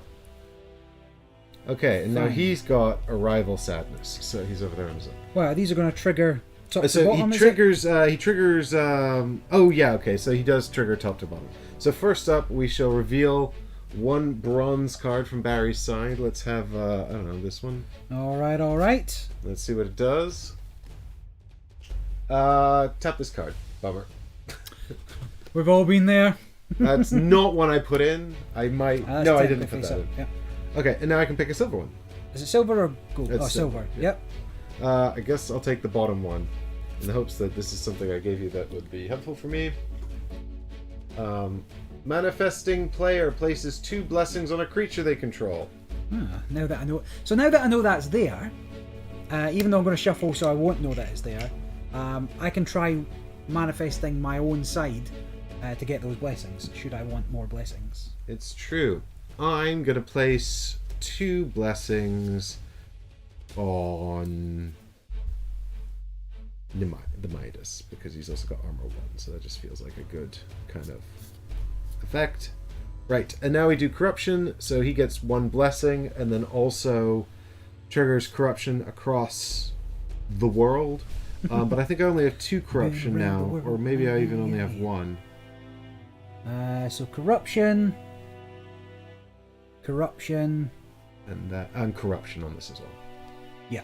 So I can ignore 2, which means that but I can ignore him as well. So yeah. That's it. Yeah, you're fine. Yeah, that's fine for now. Okie dokie. Now we've still got some mana here, so let's do something fun with our mana. What can we do that's fun with our mana? How much do we have? Oh, nothing. Not enough. Not enough to do anything fun. How sad. Deep sadness. Much pain. Yep. I could do that. How do I feel about that? Tell me more, tell me more. Come at me, bruh.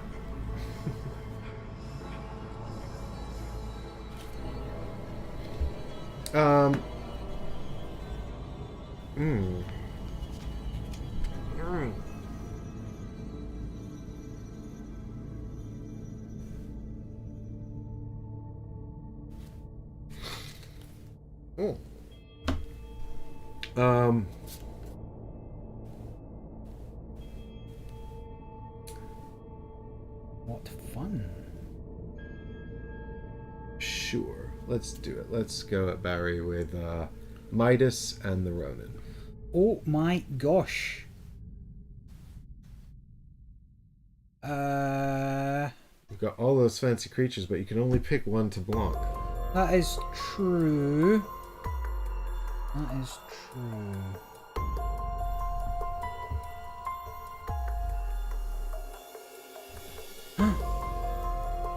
Luckily for Mike, I've also been cheating. That actually might have been better beforehand. When I move a blessing, I have to destroy a card. Now, destroyed cards are... don't get lost.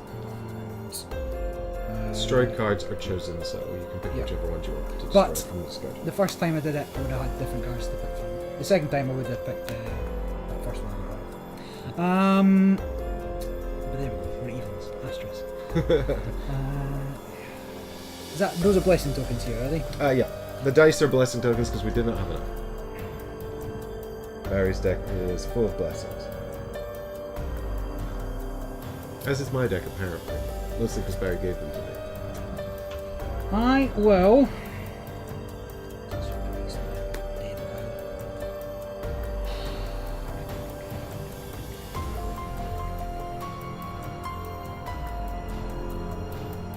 Hit for 4. We both hit 4 or 6. It's a lot. He's 6'4" and he's 4'5". But again, like so they both got armor 1. So obviously the damage they deal to Barry's creatures is different to the damage they deal to Barry's health, which if Barry blocked neither of them would be 9. But there's no trample or anything to coin a term from another game. Yeah, I think I just might have to let that through at the moment. It's quite a big hit though. 5, 9. It's like 1/5 of my deck gone. I probably shouldn't, right? And I should probably come up with a different plan than what I was going to do next time, which is why I was saving my creatures. So, I would need to do 5 here and 6 here, is that right? To kill them, yes. But you can only block with 1 thing, so... Oh, that's also true. I don't think you have the damage on any of them to kill either. You're accurate.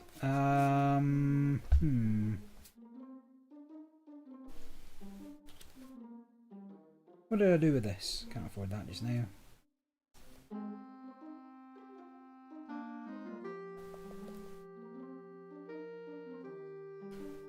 straightforward you just now.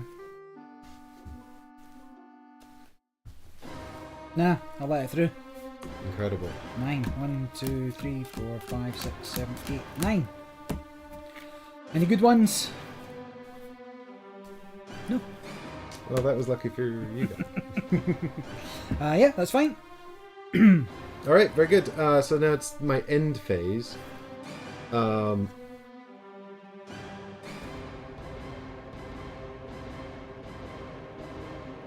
I shall have to do nothing.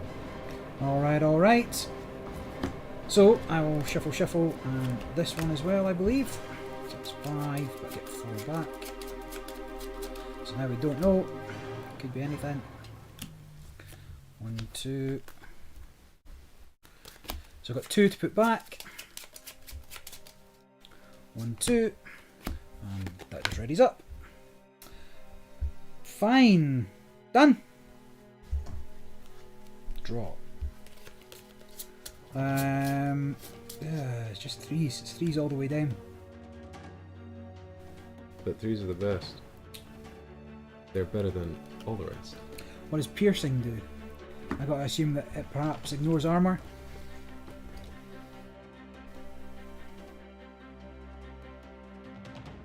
Yes. Ignore the effects of armor when calculating damage. Oof. More shenanigans. This is fine. Right, I'm not fussed about trading. I will play this over here. I want to play this turn. I want to play this turn, both of which are doable. We will start with this one, I think. So, Light of the Divine cost me 2 I don't like it. of these, 2 of these, 1 of these, and then we're going to need some more dice. In fact, I'll just tell you what, I'll just use Place these. 1 blessing on every card you control in the combat field. Place 1 blessing on 3 cards you control in the combat field. Correct. Right, so Oh, this is no bueno. I'm going to just get some. So, place 1 on everybody, yeah? So 1, 1, 1, 1, 1. When I place them on the pigeons, I get to draw a card, which I will do. Then when I place one on here, I get to place another one, which I will do. Oh, and start of my draw phase, I should have placed another blessing on somebody, which I will do. Right. Uh-oh. So, this is kind of where we're at with those. And that's that done. Mm. Then I will have a look at what I've got. This is fine.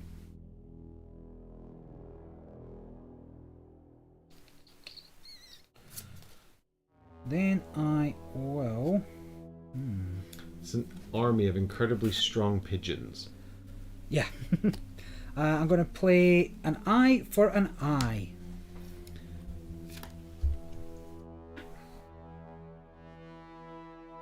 Oh dear, leaves the whole world blind. Indeed. Return a non-mini card creature you control on the combat field to its owner's hand. If you return one of your creatures, return the opponent's creature of the same tier level or lower to their hand. Correct. So I'm going to return this man to my hand. I understand what's happening. For you. Bummer. For you. Now, wait, what was the cost of that card? Cost. Yes. The 2 bronze. My card was 2 silver and a Yep. bronze. Eye for an eye was 2 bronze. Oh yes, yeah. Oh, sorry, yeah. Mm. I wanted to. I'm just debating whether or not I shall sack off 2 mana to stop this from happening. It feels like a bad idea. Especially because also if Barry doesn't trade me more copper mana, I'll be in trouble. But I don't like this guy coming back to my hand. It makes me sad. No, that's okay. We will suffer. Sure thing. I've still got a silver and a gold open. We'll see what happens. Anyway, this guy's come back. So now that we've picked up some of these tokens, I'll put them back. Cool. So it's clobbering time, baby. I will be of the opinion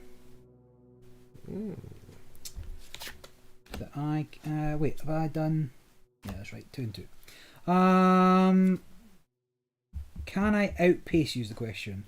3, 7, 8, 9, 10, 11 for a swing. Yes, that's maybe not.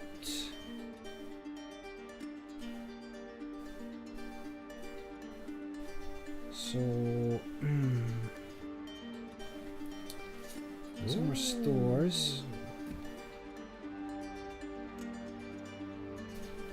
But Correct. what if your pigeon were to perish? Indeed.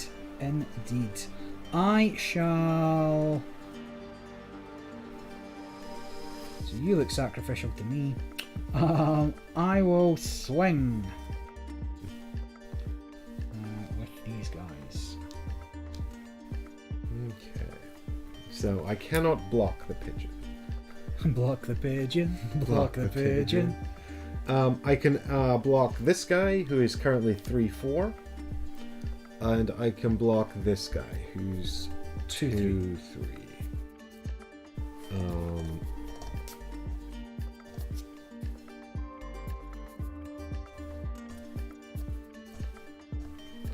So I think it behooves me to block this guy with my man here. So he's a 1-3. So neither of us are dead. We're just kind of sad. I'm not sad. I got armor 1. Oh, you do? Yeah. Okay, well then I don't even do any damage to you. But what I do is not take any damage from that guy. Yep. So I'm letting through 4 and 4. No, just 3 and 4. He's got 0. No, but it's health. Oh, it is health. Yes, of course. Forgot. So that's going to be 8. Yep. Minus 1 is 7. 1. It's, yeah, minus 2. 3, 4, 5, 6, 7. Sad times. It's something, and I will pass there. Unless you got any shenanigans in the turn? Not currently. No shenanigans. Sad. No, I can only play schemes, right? Yes. Then no. Okay. It was a sad time. It was the best of times, it was the worst of times.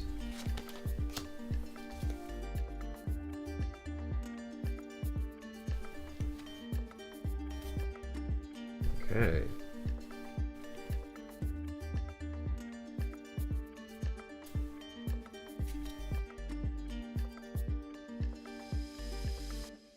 Sad that my guys aren't bigger.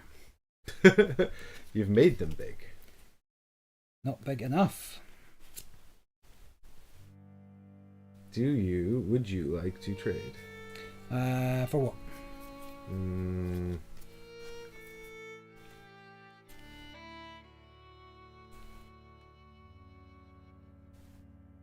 Two for two? Level 2 for a 7%? level 2? No, I need all mines. Ooh. Give you a 3. Level 3? But giving you a level 3 lets you play another level 3. No, I don't want to do that either. Oh, too bad. Well, then we will have... Oh, I could discard cards, couldn't I? To You could steal yep. something. If I wanted to steal a bronze from you, it'd be 3 cards, right? Intriguing. Do I have 3 cards I could give up? 1. Yeah, let's see. If we're willing to give up that. These are discard. They go discard? They are destroyed, I believe. So, seizing. Blah, blah, blah, blah. No, you destroy 1, discard the rest. Oh.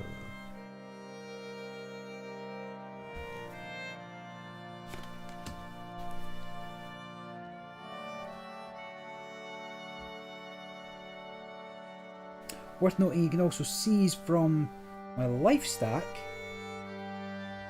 In case, like, let's say you wanted a 1, I had no 1s. You just go down Do you until have you find it. do you have a 1 in Got a single 1? A single 1.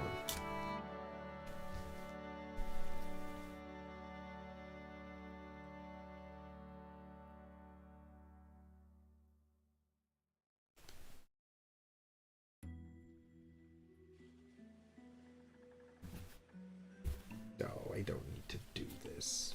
Bummer. I just can't quite make the math work out. That's fine. And you don't want to trade for 2s. I can't give up enough to get a 2, so I guess I'm just not doing any trading. Sad for you. It is. This is sad for me. And you don't want to give me a 3.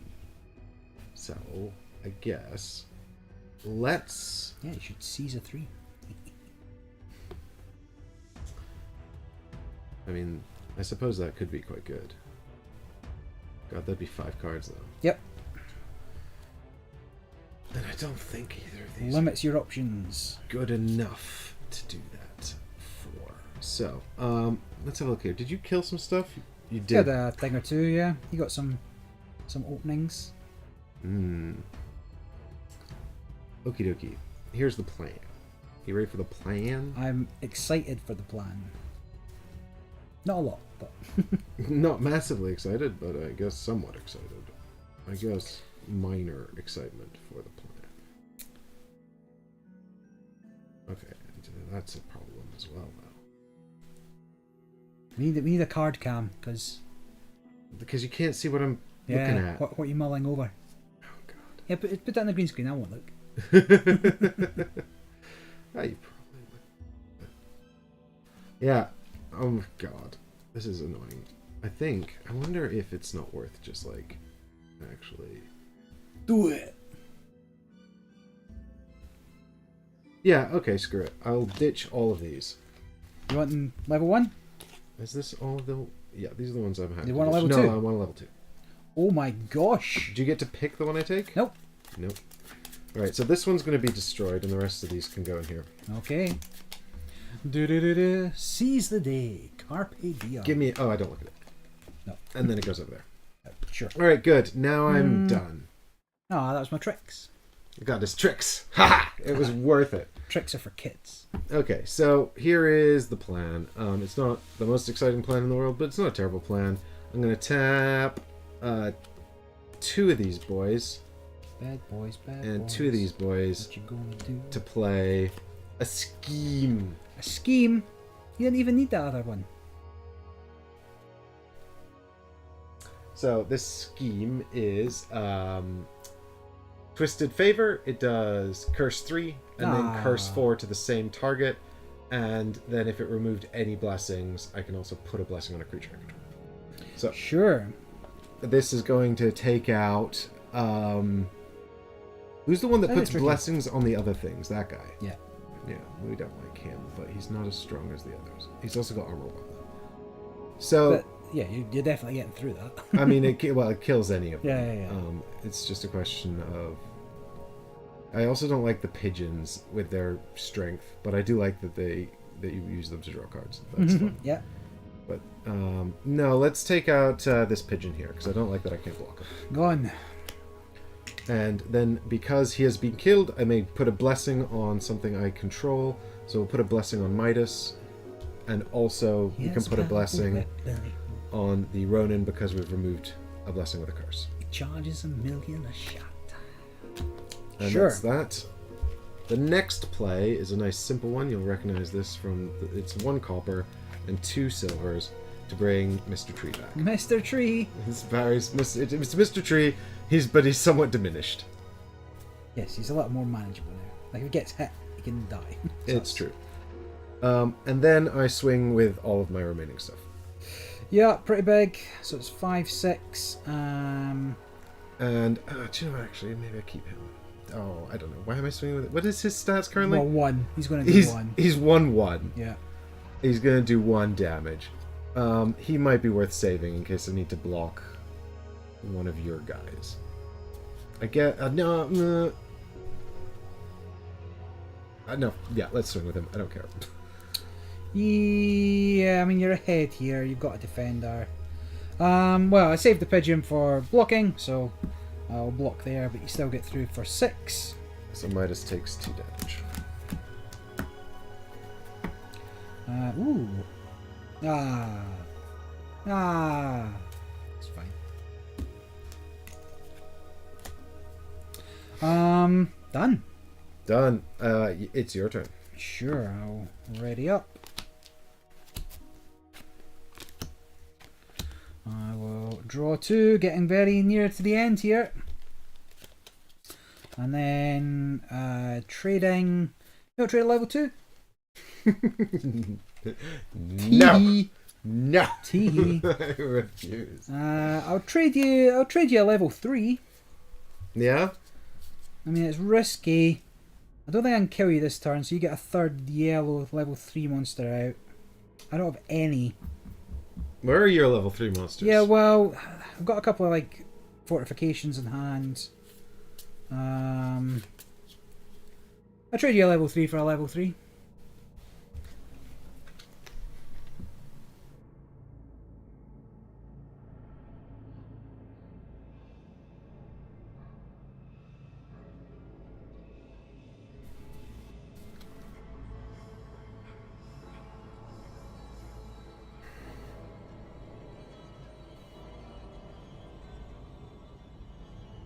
Oh, he's thinking about it. Tension mounts. And the rock, paper, scissors final. The first thing I heard when joining is tricks aren't for kids. Correct. Yeah, have you seen Ted with Liam Neeson buying tricks? It's good. If you're, well, I think Jadicus is from Canada like me, so he probably knows about tricks.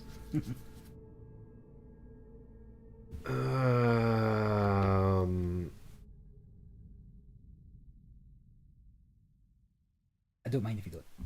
Yeah, no, well, okay, so I mean, it's an interesting aspect of this game, I guess, to an extent, because I really want to play one of my level 3 cards, but I just don't know how much I'm giving away. Yeah. You know? Well, there's, as far as I'm aware, there is no 3-cost level 3, right? Unless you've got one that requires three golds. Yeah. So I can play any card from my hand. Giving me another one might allow me to play multiple level 3s from my hand, but it also but you're also capped at the moment. Yeah, so I get the ability to play another level 3 creature. That feels good. On the other hand, I'm concerned about giving you the power to play some big cards from your hand when I think I quite like the board state as it is. Well, so I can assure you the board state is about to change. Oh, I have no doubt of that. But the question is how. Much like the hierarchy of power in the DC universe, the board state is about to change. I'll tell you what, I'm good for trading. We'll that press is on. Fine. I will seize. How many cards you got in your hand? 3. There's another aspect of seizing, because I've got a lot of cards. Yeah, you got a lot of cards, Barrett. You got all those carrier pigeon cards.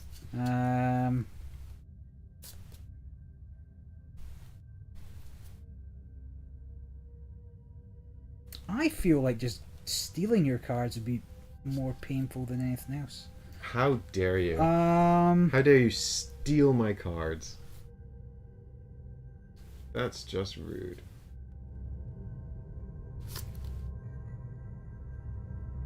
Maybe next time. If there is a next time.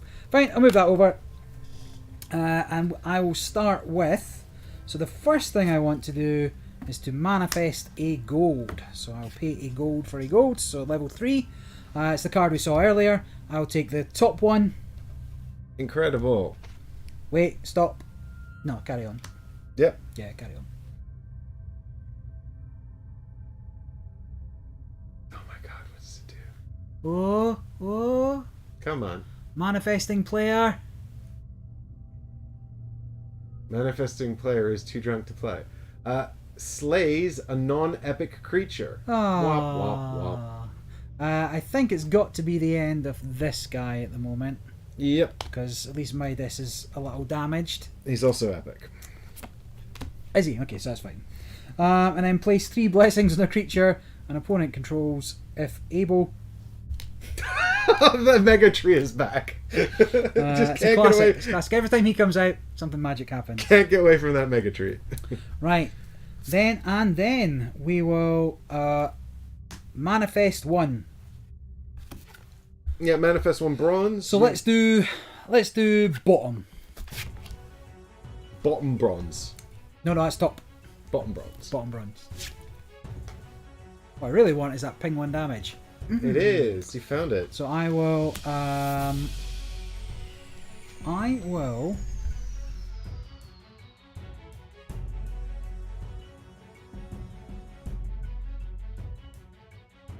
Now the question is, these both have an Oh. armor, so would they ignore the 1 damage, and then it would nullify their armor? Unclear. You said the armor stops the I first think damage, it's or is it first? I think it's the first damage from any source. So Well, in that case, I'll just kill this thing. yeah, it ignores the first X damage. Okay, so that's fine. So you kill the. So actually, you should only have 1 because my pigeon was only a level. It was only 2, right? Oh yeah, that's true. Right, Actually, that's we missed that. Okay, so this is fine. So the board's a little lighter. Boo. Right, then I will play this. So Chattering Aziza, same as this one. And after the card enters play, place a blessing on a card. That one.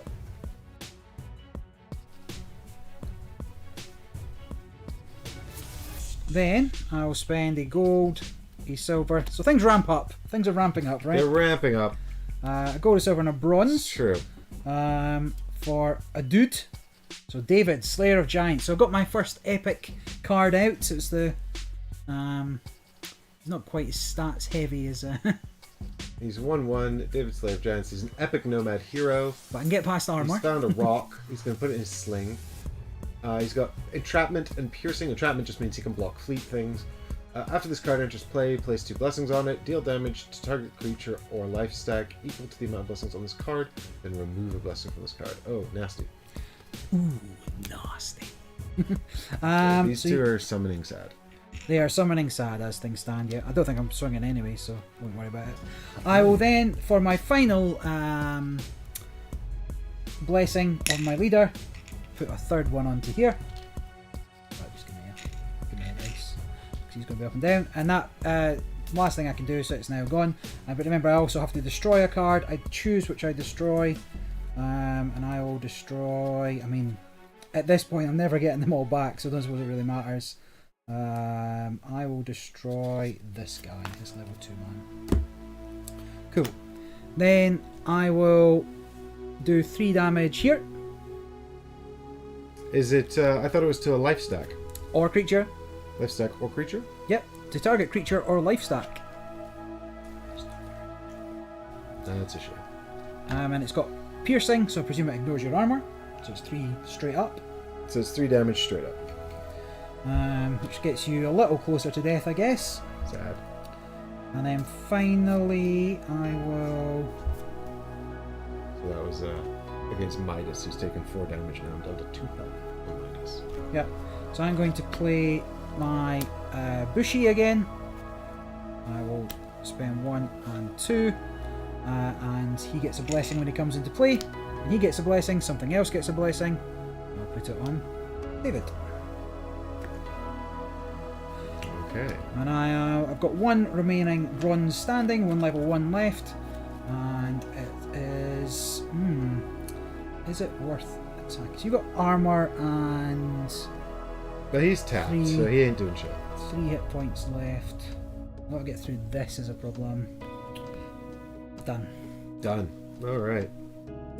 Very well then. I shall reset these pools of mana that have been manifested. No more manifesting that bow. You can't find it every time. There's 2 in there. There's 2. Yeah. Okay. So I've got pretty good odds. Yeah, it's true. I did. So the one that I played to do the 2 damage straight up, because I actually remember how I had like nothing at the start, so I ended up with like loads of those schemes that just like ping damage. Like, do I put it in? I wasn't sure whether I wanted to trade with you to put it in, but it's actually been quite useful since I now have manifestation cards.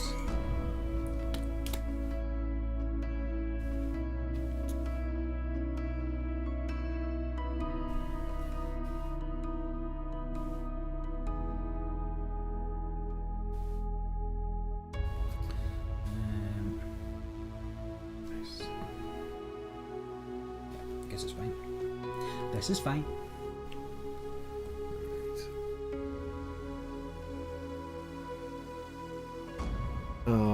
Okie dokie.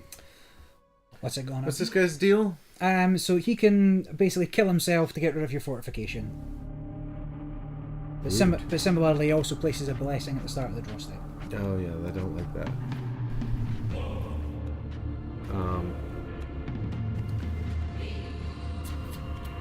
But I think... Right, you want to do some trading? No? You sure? I wanted to trade last time, but you didn't want to do it. Rude. I'm ready to trade. Yeah, well. Good for you. Good for you. Good for you, but I don't want to do it. So what I'll do is I'll spend 2 of this bronze aspects and 2 silver aspects to play Barry's favorite Twisted Favor. Why are they all my favorites? This is the one that kills a dude. I'm just gonna... It's... Oh no, you getting rid of the... Yeah, I gotta get rid of the epic guy. I can't be having you tap him for 3 damage constantly. Yeah, it was really good. Yeah, real good. And then when you kill someone with blessing on it, I get to have a blessing. Oh, I can't. Oh, no, I should have done this in a different order. Never mind. And then I will tap this and this and this to play the Twisted Feng Huang bird. He's 1/4. He's fleet. He's got corruption. It's draw 2 cards. But I'll be skipping that. And then he's got greed 4 with manifest 1 gold. And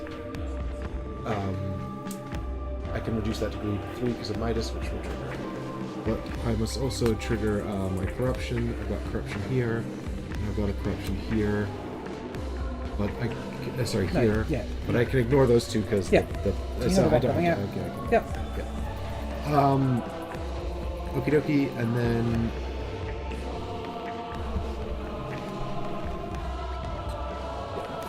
So, I will, manifest. I will manifest... Do you remember what one's what? He does not. I don't even remember what they do. Might be more tempted. What was the one that you had? Did 2 damage or something? I don't think have I manifested the gold? You did. You manifested. Oh, I did. Yeah. I can't remember what it did though. It I'll just tell you, it slays a creature. I feel so like you're 50-50 on that one. Yeah, 50-50 on slay a creature. Yeah, I like those odds. Let's try and go for the top one. Sure, why not? Bam! There it is. Manifesting player slays a non-epic creature. Yeah. Presume that's the end of him? Yeah, get rid of that guy. Don't like him. Alright, so what are we on here? Now you've got a 1-2, a 1-3, and a 3-4. I don't like that 3-4 because he kills me. Does he? Oh, what am I on 4? Yeah, I've got 2 left, so he just kills me. Hooray! Only just.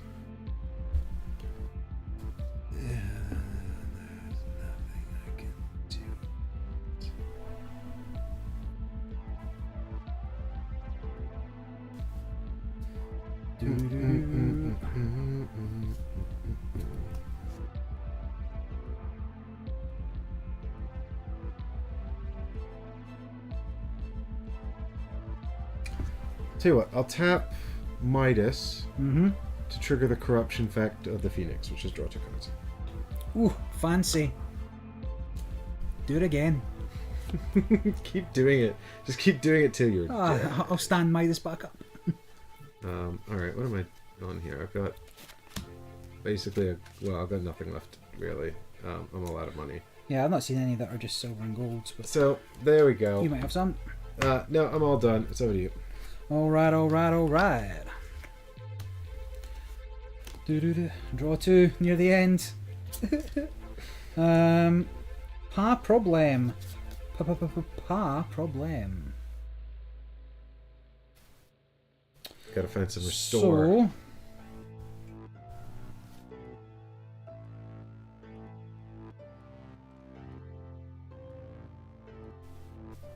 let's go. So I'll spend go. 1 and 1. So you're new. We're just skipping right over trading. We're done with trading. Trading is not. I'm over happen. it. Yeah, I'm over trading. Don't care. So this is a new creature.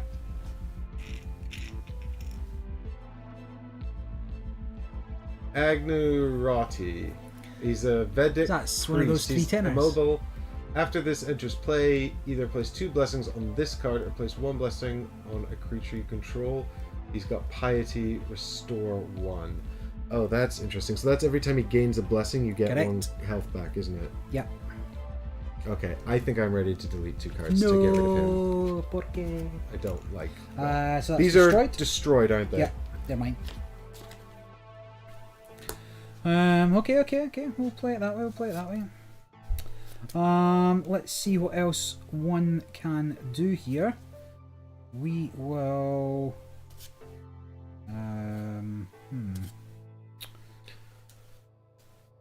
Be good if I can move some blessings about, I suppose.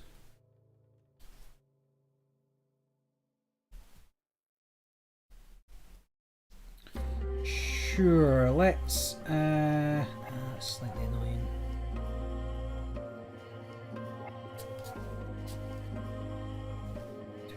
You've got fleets, you're going to get over the top, which is nearly enough to kill me. So let's take that down a little, shall we? I'll spend 2 for to do 2 damage. To... Do it to the Phoenix thing. Yep. And then you may move 1 blessing from a card you control to another. So I'll move this one from here to here, and he gets 1, goes on another one. God damn it. God damn it. Then I will spend my last... Will I? Won't I?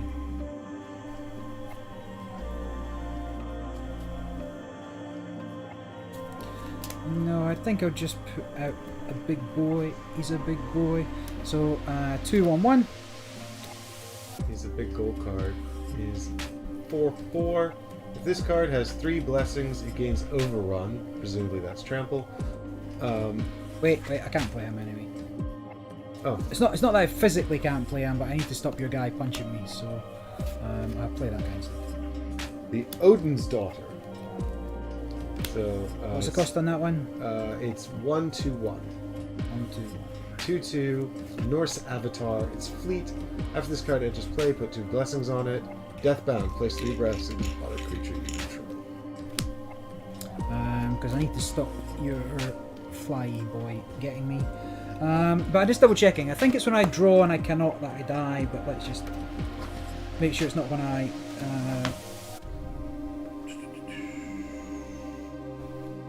Not when you run out of cards. Yeah, because that'll be soon. No, I think you do.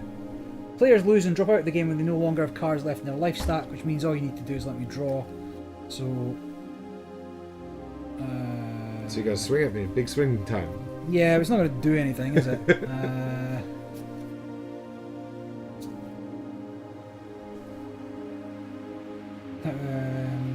Now, if I was to ask Mike how many cards on his deck and he's got more than 10, I have to destroy one of my cards. Which isn't going to make much odds, to be fair. But do you think that... It's true, it's in the rules. I guess to... I think you do have more than 10, which means I can't really get through anyway. You can block 2. You've got 4... I can only hit you for 1. 4, 6. You've got 10 damage though, right? Yeah, but that would involve you not blocking anything. Yeah. I don't. I've only got 6. Remember, they just came into play. No, but that's 2. That's 4. No, that's 1. That's 0. 4. Why is it 2? You're counting the wrong things. Ah, so I am. Yeah. Because this game is dumb. Why would my hit points affect yours?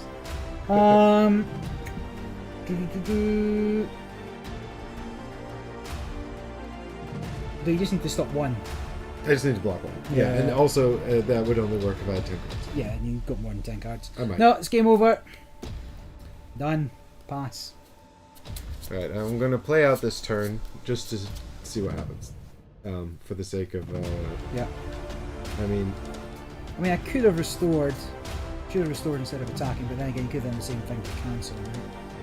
I mean, I would cancel anything that restored. Yes. If I could.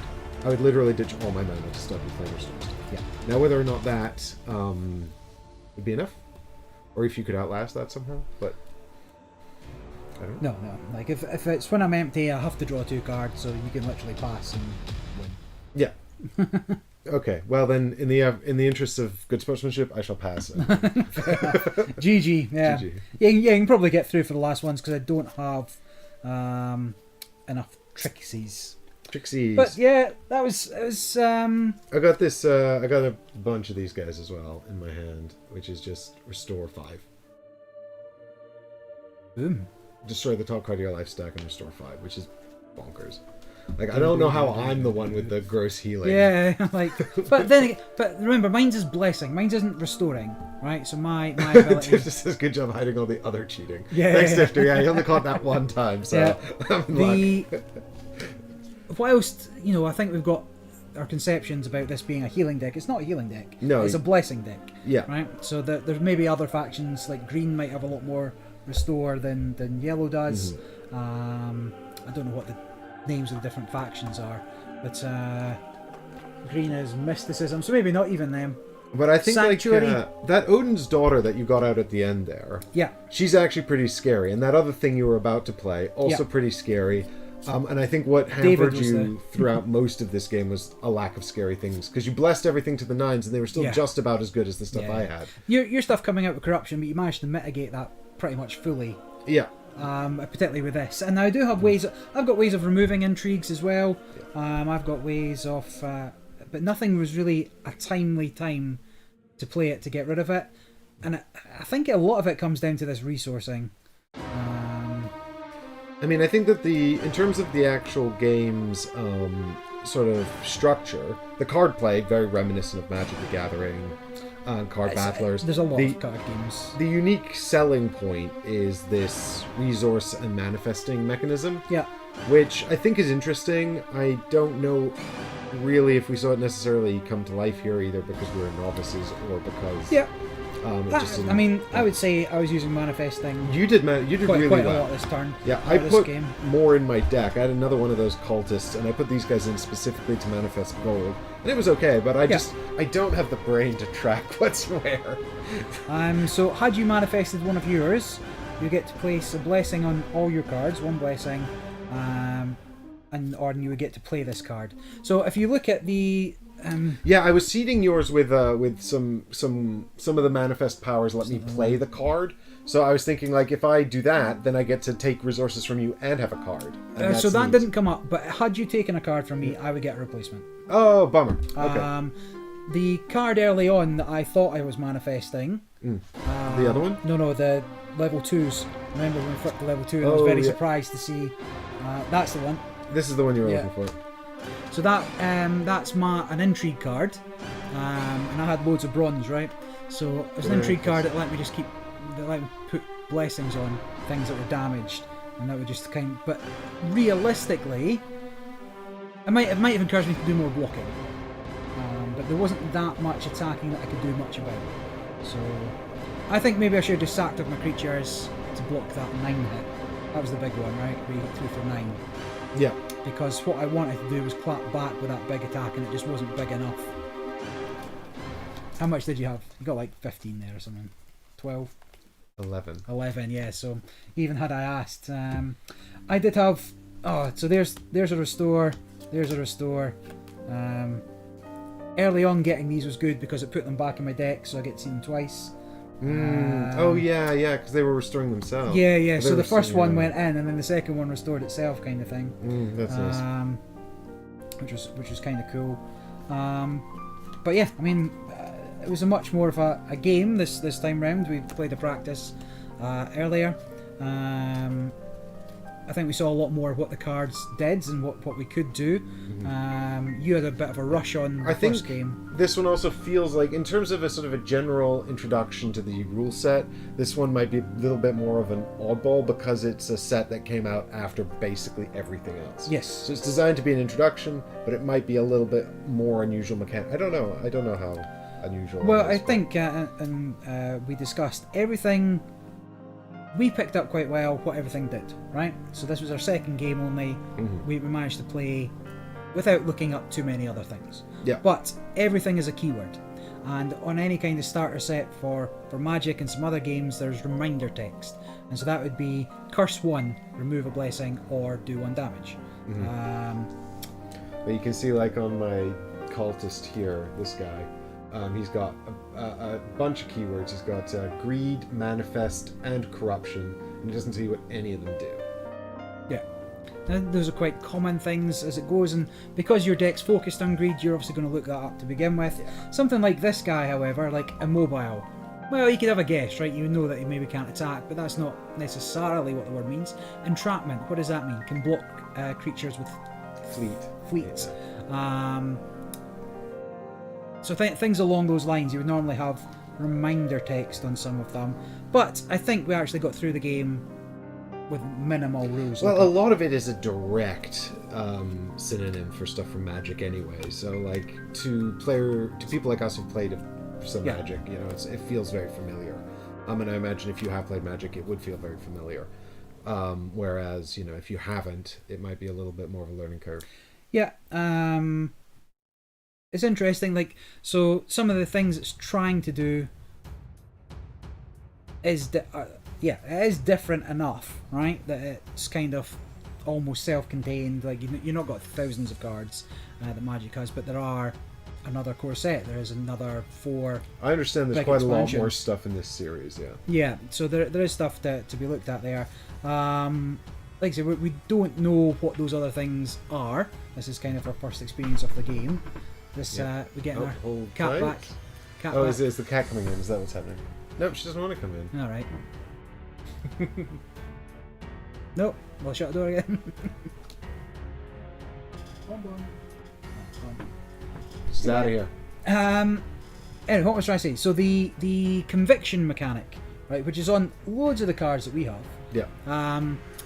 But the starter deck comes with cards that are not of the faction you're playing. So that negates the conviction effect. Yeah, so the conviction effect triggers if all your cards in play are the same color. Yeah. And presumably matching your god, right? So you could still benefit from conviction in a deck with multiple colors, but it's just less likely. Yeah, you might throw them in as blockers, so you get rid of them quicker to trigger it back. And I don't see any advantage to having that multi-coloured thing, because the conviction effects are really pretty good. So we've got some red cards here. Presumably this is one of the other factions, but these have just been included to give you some stuff to mess with. There's a blue faction here. I think like one of them's Greece, and one of them's Rome, maybe. I don't know. Yeah, there is. I mean, the sole story for this is something to do with like the old gods dying and fighting for followers and something along those lines. I don't know. I didn't read it. There's some green cards here too. The Rambling Cyclops. These look like sort of monsters. And there should be a couple of brown cards, which are Sanctuary, and I imagine they're focused on the defense, so they're probably ones that restore and armor and all that kind of thing. High life values. Oh, look, here's a straight up counter spell. Corruption 1 counter target scheme. This is a scheme that counters a scheme. Yes, interesting.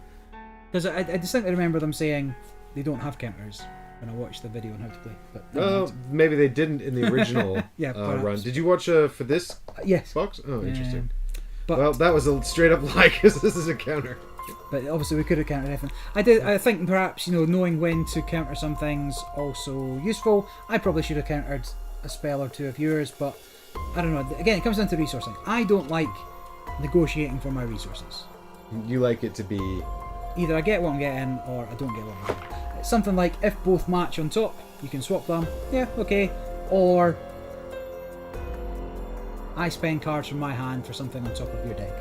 I mean, I feel like the trading mechanism is definitely in there to play off of the manifesting mechanism, right? Because by trading, you can deliberately see what your opponent has, and then you know what they have, and they don't know what they have. And I guess also to an extent, you know what's in your deck, and then you can pull a surprise. But then that benefit's gone because they've seen it, and as you saw in this game, I literally used the one that Barry had because I saw it and I liked it, and I didn't know what else he had to say. Hager says, have to say, I'm not sold on the trading mechanism.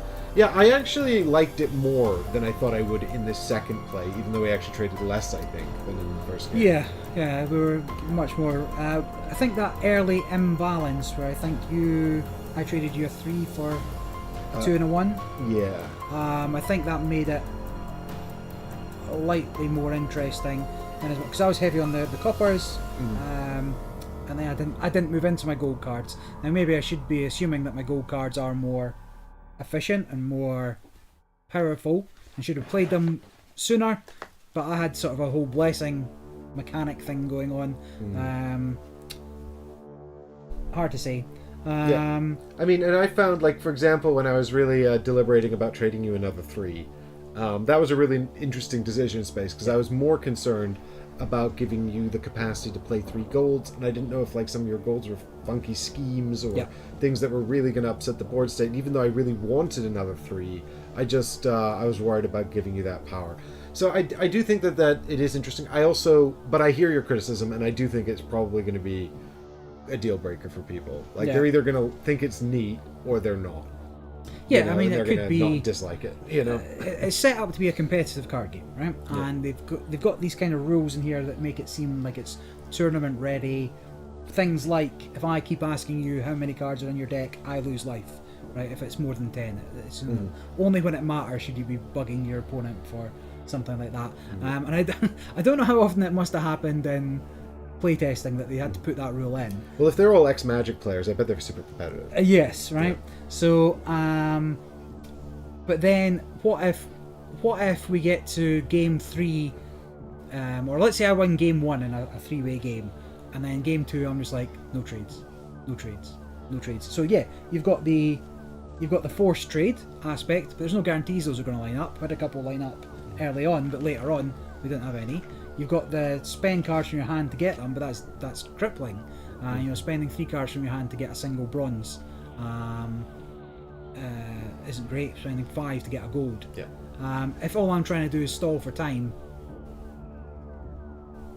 Right, but the thing about stalling for time is that, I mean, I think that so it has this impact, because I mean, it's not like sort of Magic where you can stall for time to play a bunch of land from your hand, because you're stalling by not getting the mana you need to put it out.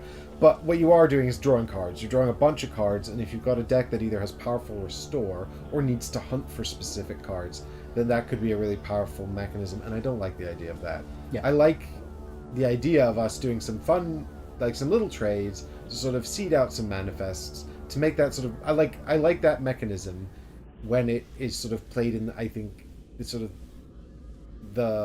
in a non-hyper competitive way. Yeah. And I think if you know the card set really well, and you could decide to be really withholding on the trades, specifically to hunt your deck for cards or deny your opponent the potential for manifestation or whatever, I think that would probably very quickly become not a fun thing to do. Yeah.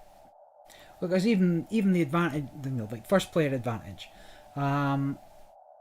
if our cards don't match, the first thing you say is, I want to trade. And I'll be like, no. And that's it, right? Do you want to spend 3 from your opening hand to get a single bronze to play that first card out? You're then 5 cards down to play your first bronze or whatever. Yeah, I think, coming back to it, I think I like it in theory, but it does feel like there's a lot of sort of possible ways for someone who is really competitive to try and exploit it, and that's kind of a bummer. Yeah, I mean, I imagine it's been play tested and they've not come up with that, and there is also, don't play with those people, right? There's my advice. If you got somebody that's like, no, I don't want to play, no trades. What idiot does that for a whole game? Well, but we found that, I think, largely, aside from a couple of instances, we were sort of, even though we didn't trade, we did not trade quite a few times. Yeah. I don't feel like it was ever sort of miserable. Yes, yeah, we had things to go, and I will say, having a few more heretic, manifest actions to trigger the heretic abilities. Again, why they have different names? It made it more interesting. It made the trading more interesting, and I feel like I took more advantage of it this time round, pinging. Well, you one didn't have any there. manifest powers in the first game. I did. I just didn't see them, okay. Right? But I had very few, so that's what I put in. Yeah. I put in restores and manifests for this second game, and it kind of worked to an extent. I think had you not had your corruption blocking, if that was at the bottom of your deck, say, or somehow it'd been force traded. Well, I or very something. deliberately put 2 of those in Right, because yeah. I was like, I had one already in the deck, and I put a second one in because I was like, if I'm going heavy on corruption, I need this guy. So that could have been a lot closer towards the end. It might have been more worthwhile for me to push through. Giving this 3 blessings out twice was The tree, yeah. yeah. I mean, that the card I did it was to manifest the gold, or actually I did it the first time to manifest the silver, which I didn't get. To have my blessing engine going. Yeah. And then the second time I did it was to kill something else, but I had to put it on there again. So Yeah, because I wasn't getting any budget creatures out for a while. yeah, because I'm assuming that I can't choose something that doesn't alter the game state, right? So something like place 3 blessings on a creature an opponent controls if able. I couldn't. But, It doesn't tell me to pick a creature. To some degree. So if there's a possibility that I can, I must. Is how I read that one. I couldn't I think pick that's Solomon to Midas, sorry, to yeah, you can pick a creature with 3 blessings on it already. to do it. Well, because it says if able, right? So I think like if not able would be either they have no creatures or all creatures have 3 blessings. Yeah, I mean, I think I think that the sort of I think this fits in kind of a nice spot where people like sort of you and I, who are quite familiar with these kinds of sort of competitive lifestyle card games, could play this and have a decent time messing around with it. Yeah. But I don't think, given how futzy the trading could potentially be, I'm not sure if I see its life as a sort of a hardcore competitive game, really. Yeah, I mean, happening. this was popular when the first Kickstarter came out, and then I think it's tailed off a little bit. I'm not sure if they've supported it with like extensive organized play. Well, this or is anything new. like that. This But that is new. This is a new edition that Tabletop Tycoon sent us to review. So that was nice of them to do that. They were obviously looking to sort of spread the word and get it out there. So they are, I guess, doing some support for it. But I don't know if there's like organized play or anything like that. But that's the kind of thing that these games are going to live or die on to some degree. Otherwise, they're kitchen table games, right, where people may want a bit more fast-paced meta changes, right? Because if this is all you buy, I actually think the deck building could be quite limited in there, particularly because of the conviction mechanism. Right. There are quite a lot of cards to choose from, right? But half of them are from different factions, so you'd lose them. Yeah, so you'd only really be ever building with the 2 factions in this deck, Yeah. right? So you'd be building Avarice or Devotion, and then it's just a question of what you mix in with that. And similarly, in terms of feel, it's quite similar because it certainly has its roots in Magic. It's not the same game, but you can feel the same roots and the same place it's come from, and so that's why it's quite familiar and it's quite good, and it's, you were able to get up and running quite quickly. And we make the joke, fleet is flight or flying, right, and those kind of things. But actually, every card game, Magic's done everything, right? Yeah, So, Magic's huge. It's been going for 30 years. 30 years, yeah. Yeah, so it's 30 years this year. Is it? Yeah, Wow. 1993. So, Oh my God. yes, they've keyworded everything. So people are looking for other ways of saying the same thing. Well, this goes over your head. There's only so many different ways you can word that. And every card game is the same. So that's not necessarily a problem. But it also is quite a similar feeling as to how it plays in terms of attacking. But there are differences, and there will be, there are advantages, disadvantages to that. You can only block with 1 creature instead of multiple creatures to take something down. And health persists. That was detrimental to my deck. Yeah. Because if I could block with multiple creatures to take out one of your bigger ones, that'd be very beneficial. It'd make my blessings a lot better. Yeah, because you had a lot of weenies. Yes. It's good that they've limited. You can't have proper rush weenie decks because you've got to build up the matching number of resources to kind of do those kind of things. And similarly, you've got a limit on your bigger boys coming in as well. So that's an interesting way of balancing rush decks versus control decks, things along those lines. there was loads of things that we didn't actually see. We don't have all the keywords, I don't think, in these decks. Things like freeze, where it locks kind of what a power can do, and there's a bunch of keywords on the back here. Yeah, I mean, we saw Deathbound, but yeah, we didn't see a great many of these. No.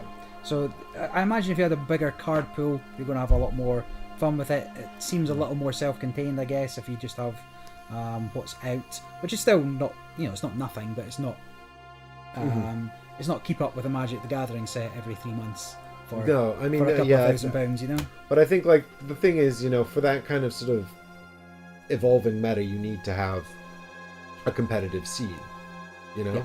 Without having a competitive scene, it's just going to be people sort of deck building on their kitchen table and playing that way, which I think is fine. I actually think that might suit this better but I mean, what I like the deck as a life counter. I mean, that's the same as in Magic, but it's just much harder to mill because you can't attack a deck. Yeah. In Magic, I mean, you can, but you need mill cards. You know what I mean. So I like how this is actually your life counter rather than a separate life counter. I like. I dislike that because I was drawing a lot of cards, then I couldn't do anything with them. But you had to just decide not to do that. It's optional. Well, it would be optional not to put the blessing tokens on the thingy. I don't believe Piety is optional, is it? Well, I think it must be, right? Do X when the... Yeah, like nothing's particularly optional in this game. So including things like paying for your upkeep on your intrigues. Like, you must do that first unless you can. Yeah, it does not indicate that piety is optional. So no. So either I chose so not the pigeons to were killing you, Barry. Yeah, yeah. It's the pigeons' Yeah, I mean, fault. definitely contributed to a degree. Like, I drew 5-6 cards off that. But then again, they weren't really doing much without that. So my issue was I didn't have a quick finisher. So if I was to build a deck, if I was looking for a deck that was using those messenger pigeons, excuse me, I'd want to have something that I drew into something big, quick, to finish you off quicker, right? Yeah. That's what I needed. Yeah, and you could be sort of like attacking someone with those pigeons as well, because they do have fleet on them. Yeah. But you're a reach guy. Yeah, well, I've got my entrapment tree here that Barry kept buffing. So yeah, so it's hard to get through. Yeah, hard to get. But I also like that the monsters hold their damage. I'm sure there's things that heal this, but yeah, I like that they hold it because that makes it feel less like a sort of a big swing could be a big miss. You don't have to like kill it outright now. It can carry damage, so that's cool. But I mean, I just don't know. I don't really know how much I'd get this to the table because I've got so many 2-player games that are so good. It's competing in an already really competitive field. I think I really like Blue Moon by Rainer Nizia. Yeah, I've ever played Blue that. Moon. Yeah, Blue Moon City. Yeah. No, the before Blue Moon City. Oh, before Blue Moon City, when you could make your own decks. Yeah. I I like that a lot. So I don't know if this would, replace that. I don't think so. So there's that. But I don't know. I do like the trade mechanism. I think it's kind of fun. But I also see like that. I can see how that is not always. Not everyone would like that. Yeah. As I say, it does occupy a very competitive spot in people's games, right? It's a very competitive space, and I think the deck building in the box there's probably enough cards here to do some interesting stuff, but also like you need someone to commit to this kind of thing with you, because otherwise you're just you're not going to be able to play with anyone, because once you know the card pool really well, that's how you win. You just beat everyone. Then you have to play with terrible decks or play with someone who knows it as well as you do. So yeah, I think if you're the kind of person that has someone that plays a lot of this kind of game with, and the trade thing and the manifest thing looks interesting to you, then this is probably something that is worth your time to check out. But if you're not the kind of person that plays a lot of card battlers, or that trading thing looks awful to you, then it's probably not for you. And it's a shame that Blue Moon is like so out of print. Otherwise, I would say go check that out. But Hager says, Heroes of Thargos. I played that at UKG last year. this made looks it up. less complicated. That sounds like something you made up. Yeah, but that's not a real game. There's also what was that one that got delivered recently? I think it was another sort of card battler, which was oh god, Give me a clue. Arena something Arena. Something Arena. Arena. Yeah, it was a big Kickstarter that I saw being delivered to a lot of people recently. I feel like it might have been a skirmish game, so maybe I'm getting wildly off topic. Anyway, I do like the different gods as well, that they have different powers and stuff. That's always fun to do that. So I think there is something here if you're interested in a card battler that does things a bit differently, but I do think it's a bit futzy, and so it requires exactly the right audience. But futzy, it is an odd mix of very competitive rule set and rules that are potentially easily manipulated to diminish the fun of the game. Gotcha. Right? Yeah, like the most interesting aspect, the thing to think about, the thing that this does that I can't think of a different way of doing is the heretic abilities, right? The manifesting heretic abilities, where you don't know what you're getting, but you put in like a pool of things, and that's the most interesting part. I would argue, whether or not we just don't have enough things that maybe interact with them to get it. Even though I feel like I had enough this game, I might have wanted a little bit more. But that could come from deck building, right? From I mean, the thing is as well, because the way the aspects have their different values. Because I was going to say, you could come up with just like a system where you trade one card for one card every round, but then of course the mana has different values anyway, right? Yeah. So you could say maybe force players to trade 2 value, but then have 3s doesn't work. But there'll be times when neither player wants to trade their cards as well, right? Yeah. So, yeah, we had that quite a lot, and of course towards the end. We would just need to trade as much anymore. Yeah, I don't particularly see the difference between you playing your own cards and manifesting on your own side than playing on other people's side. Like if you draw 2, play up to 1 in your aspect stack, I don't feel the trading element adds enough.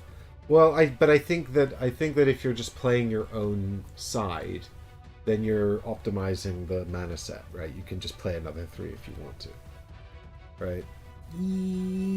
Whereas like you can't play a 3 unless it comes up on both of our decks, or I trade you. So there you've got the randomness element of that, whereas sometimes the card I want will always be on top. Yeah. But it's going to more likely be the ones of the 2s. It's more likely to be the ones in the 2s because those are just more common in the decks. Anyway, that's I think that's all. We've pretty much all we've got to say on Twilight of the Gods.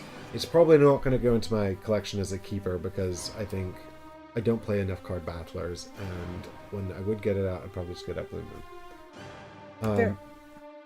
But I do think the trade thing is interesting for people who are looking for something different.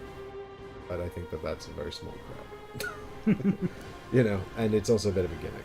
You were less keen on it, I think. So. Yeah, like I'm. It doesn't do anything. I say I'm looking for a different feeling if I'm playing these card games. The card games that I come back to. I mean, Magic, just because it's easy. Arena. Games like this live and die on having a competitive element. You can always test yourself and change things up and play against other people. The games I like the most. Netrunner has that asymmetric side of the bluffing. It's got something interesting there. Excellent. Yeah. Dragon Ball Super just uses every area of the card. Every card's like multi-use, and everything's got different things you can do with it. What you're going to do for your charging versus combos versus cards you want to play. Different areas the thing goes into. It just uses everything very well. What other games might I go back to? Other ones where you're fighting over things in the middle, which is like Blue Moon. This does Radlands with the tracks going in to be more of a like board game type feel. This one gives me the same feeling as a lot of other games I've played. It doesn't mean it's bad. It just means that for me, I've kind of seen most of what this game has to offer, and the bits that are most interesting, I hate negotiation. So like it's not doing anything for me.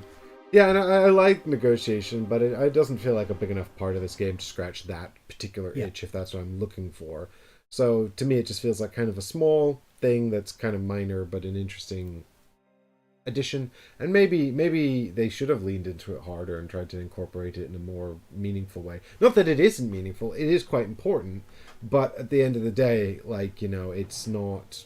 There are the ways around it, and it's Yeah. It's, And I will say, they've deliberately made the starter decks bad, so you have to deck build, which is not a good way of introducing people to the game either. And I'm not making that up. It's something they said they've done. I think it's on the forums on BGG. There's one card. But surely they mean a bad configuration rather than just bad cards. Yes, so where we've changed everything out for conviction cards, right? So for cards of the same identity, because every time you played one of the other ones, it ruined everything else in your deck. So things like that, they start with those faction cards being in it. Things like the heretic effect of just exhaust that card. Yeah. This is such a bummer of a effect. Like when you get that when you don't want it, it's just sad. But I guess there's other ones where you're going to want to exhaust their thing so they can play fewer cards, right? But I don't think we've got enough that interacts on the other person's turn to really trigger. Yeah, we didn't have a lot of... I found with the schemes, I didn't really have a lot of cheap ones. I had a few in the bronze category, which is why I went big on the bronze, right?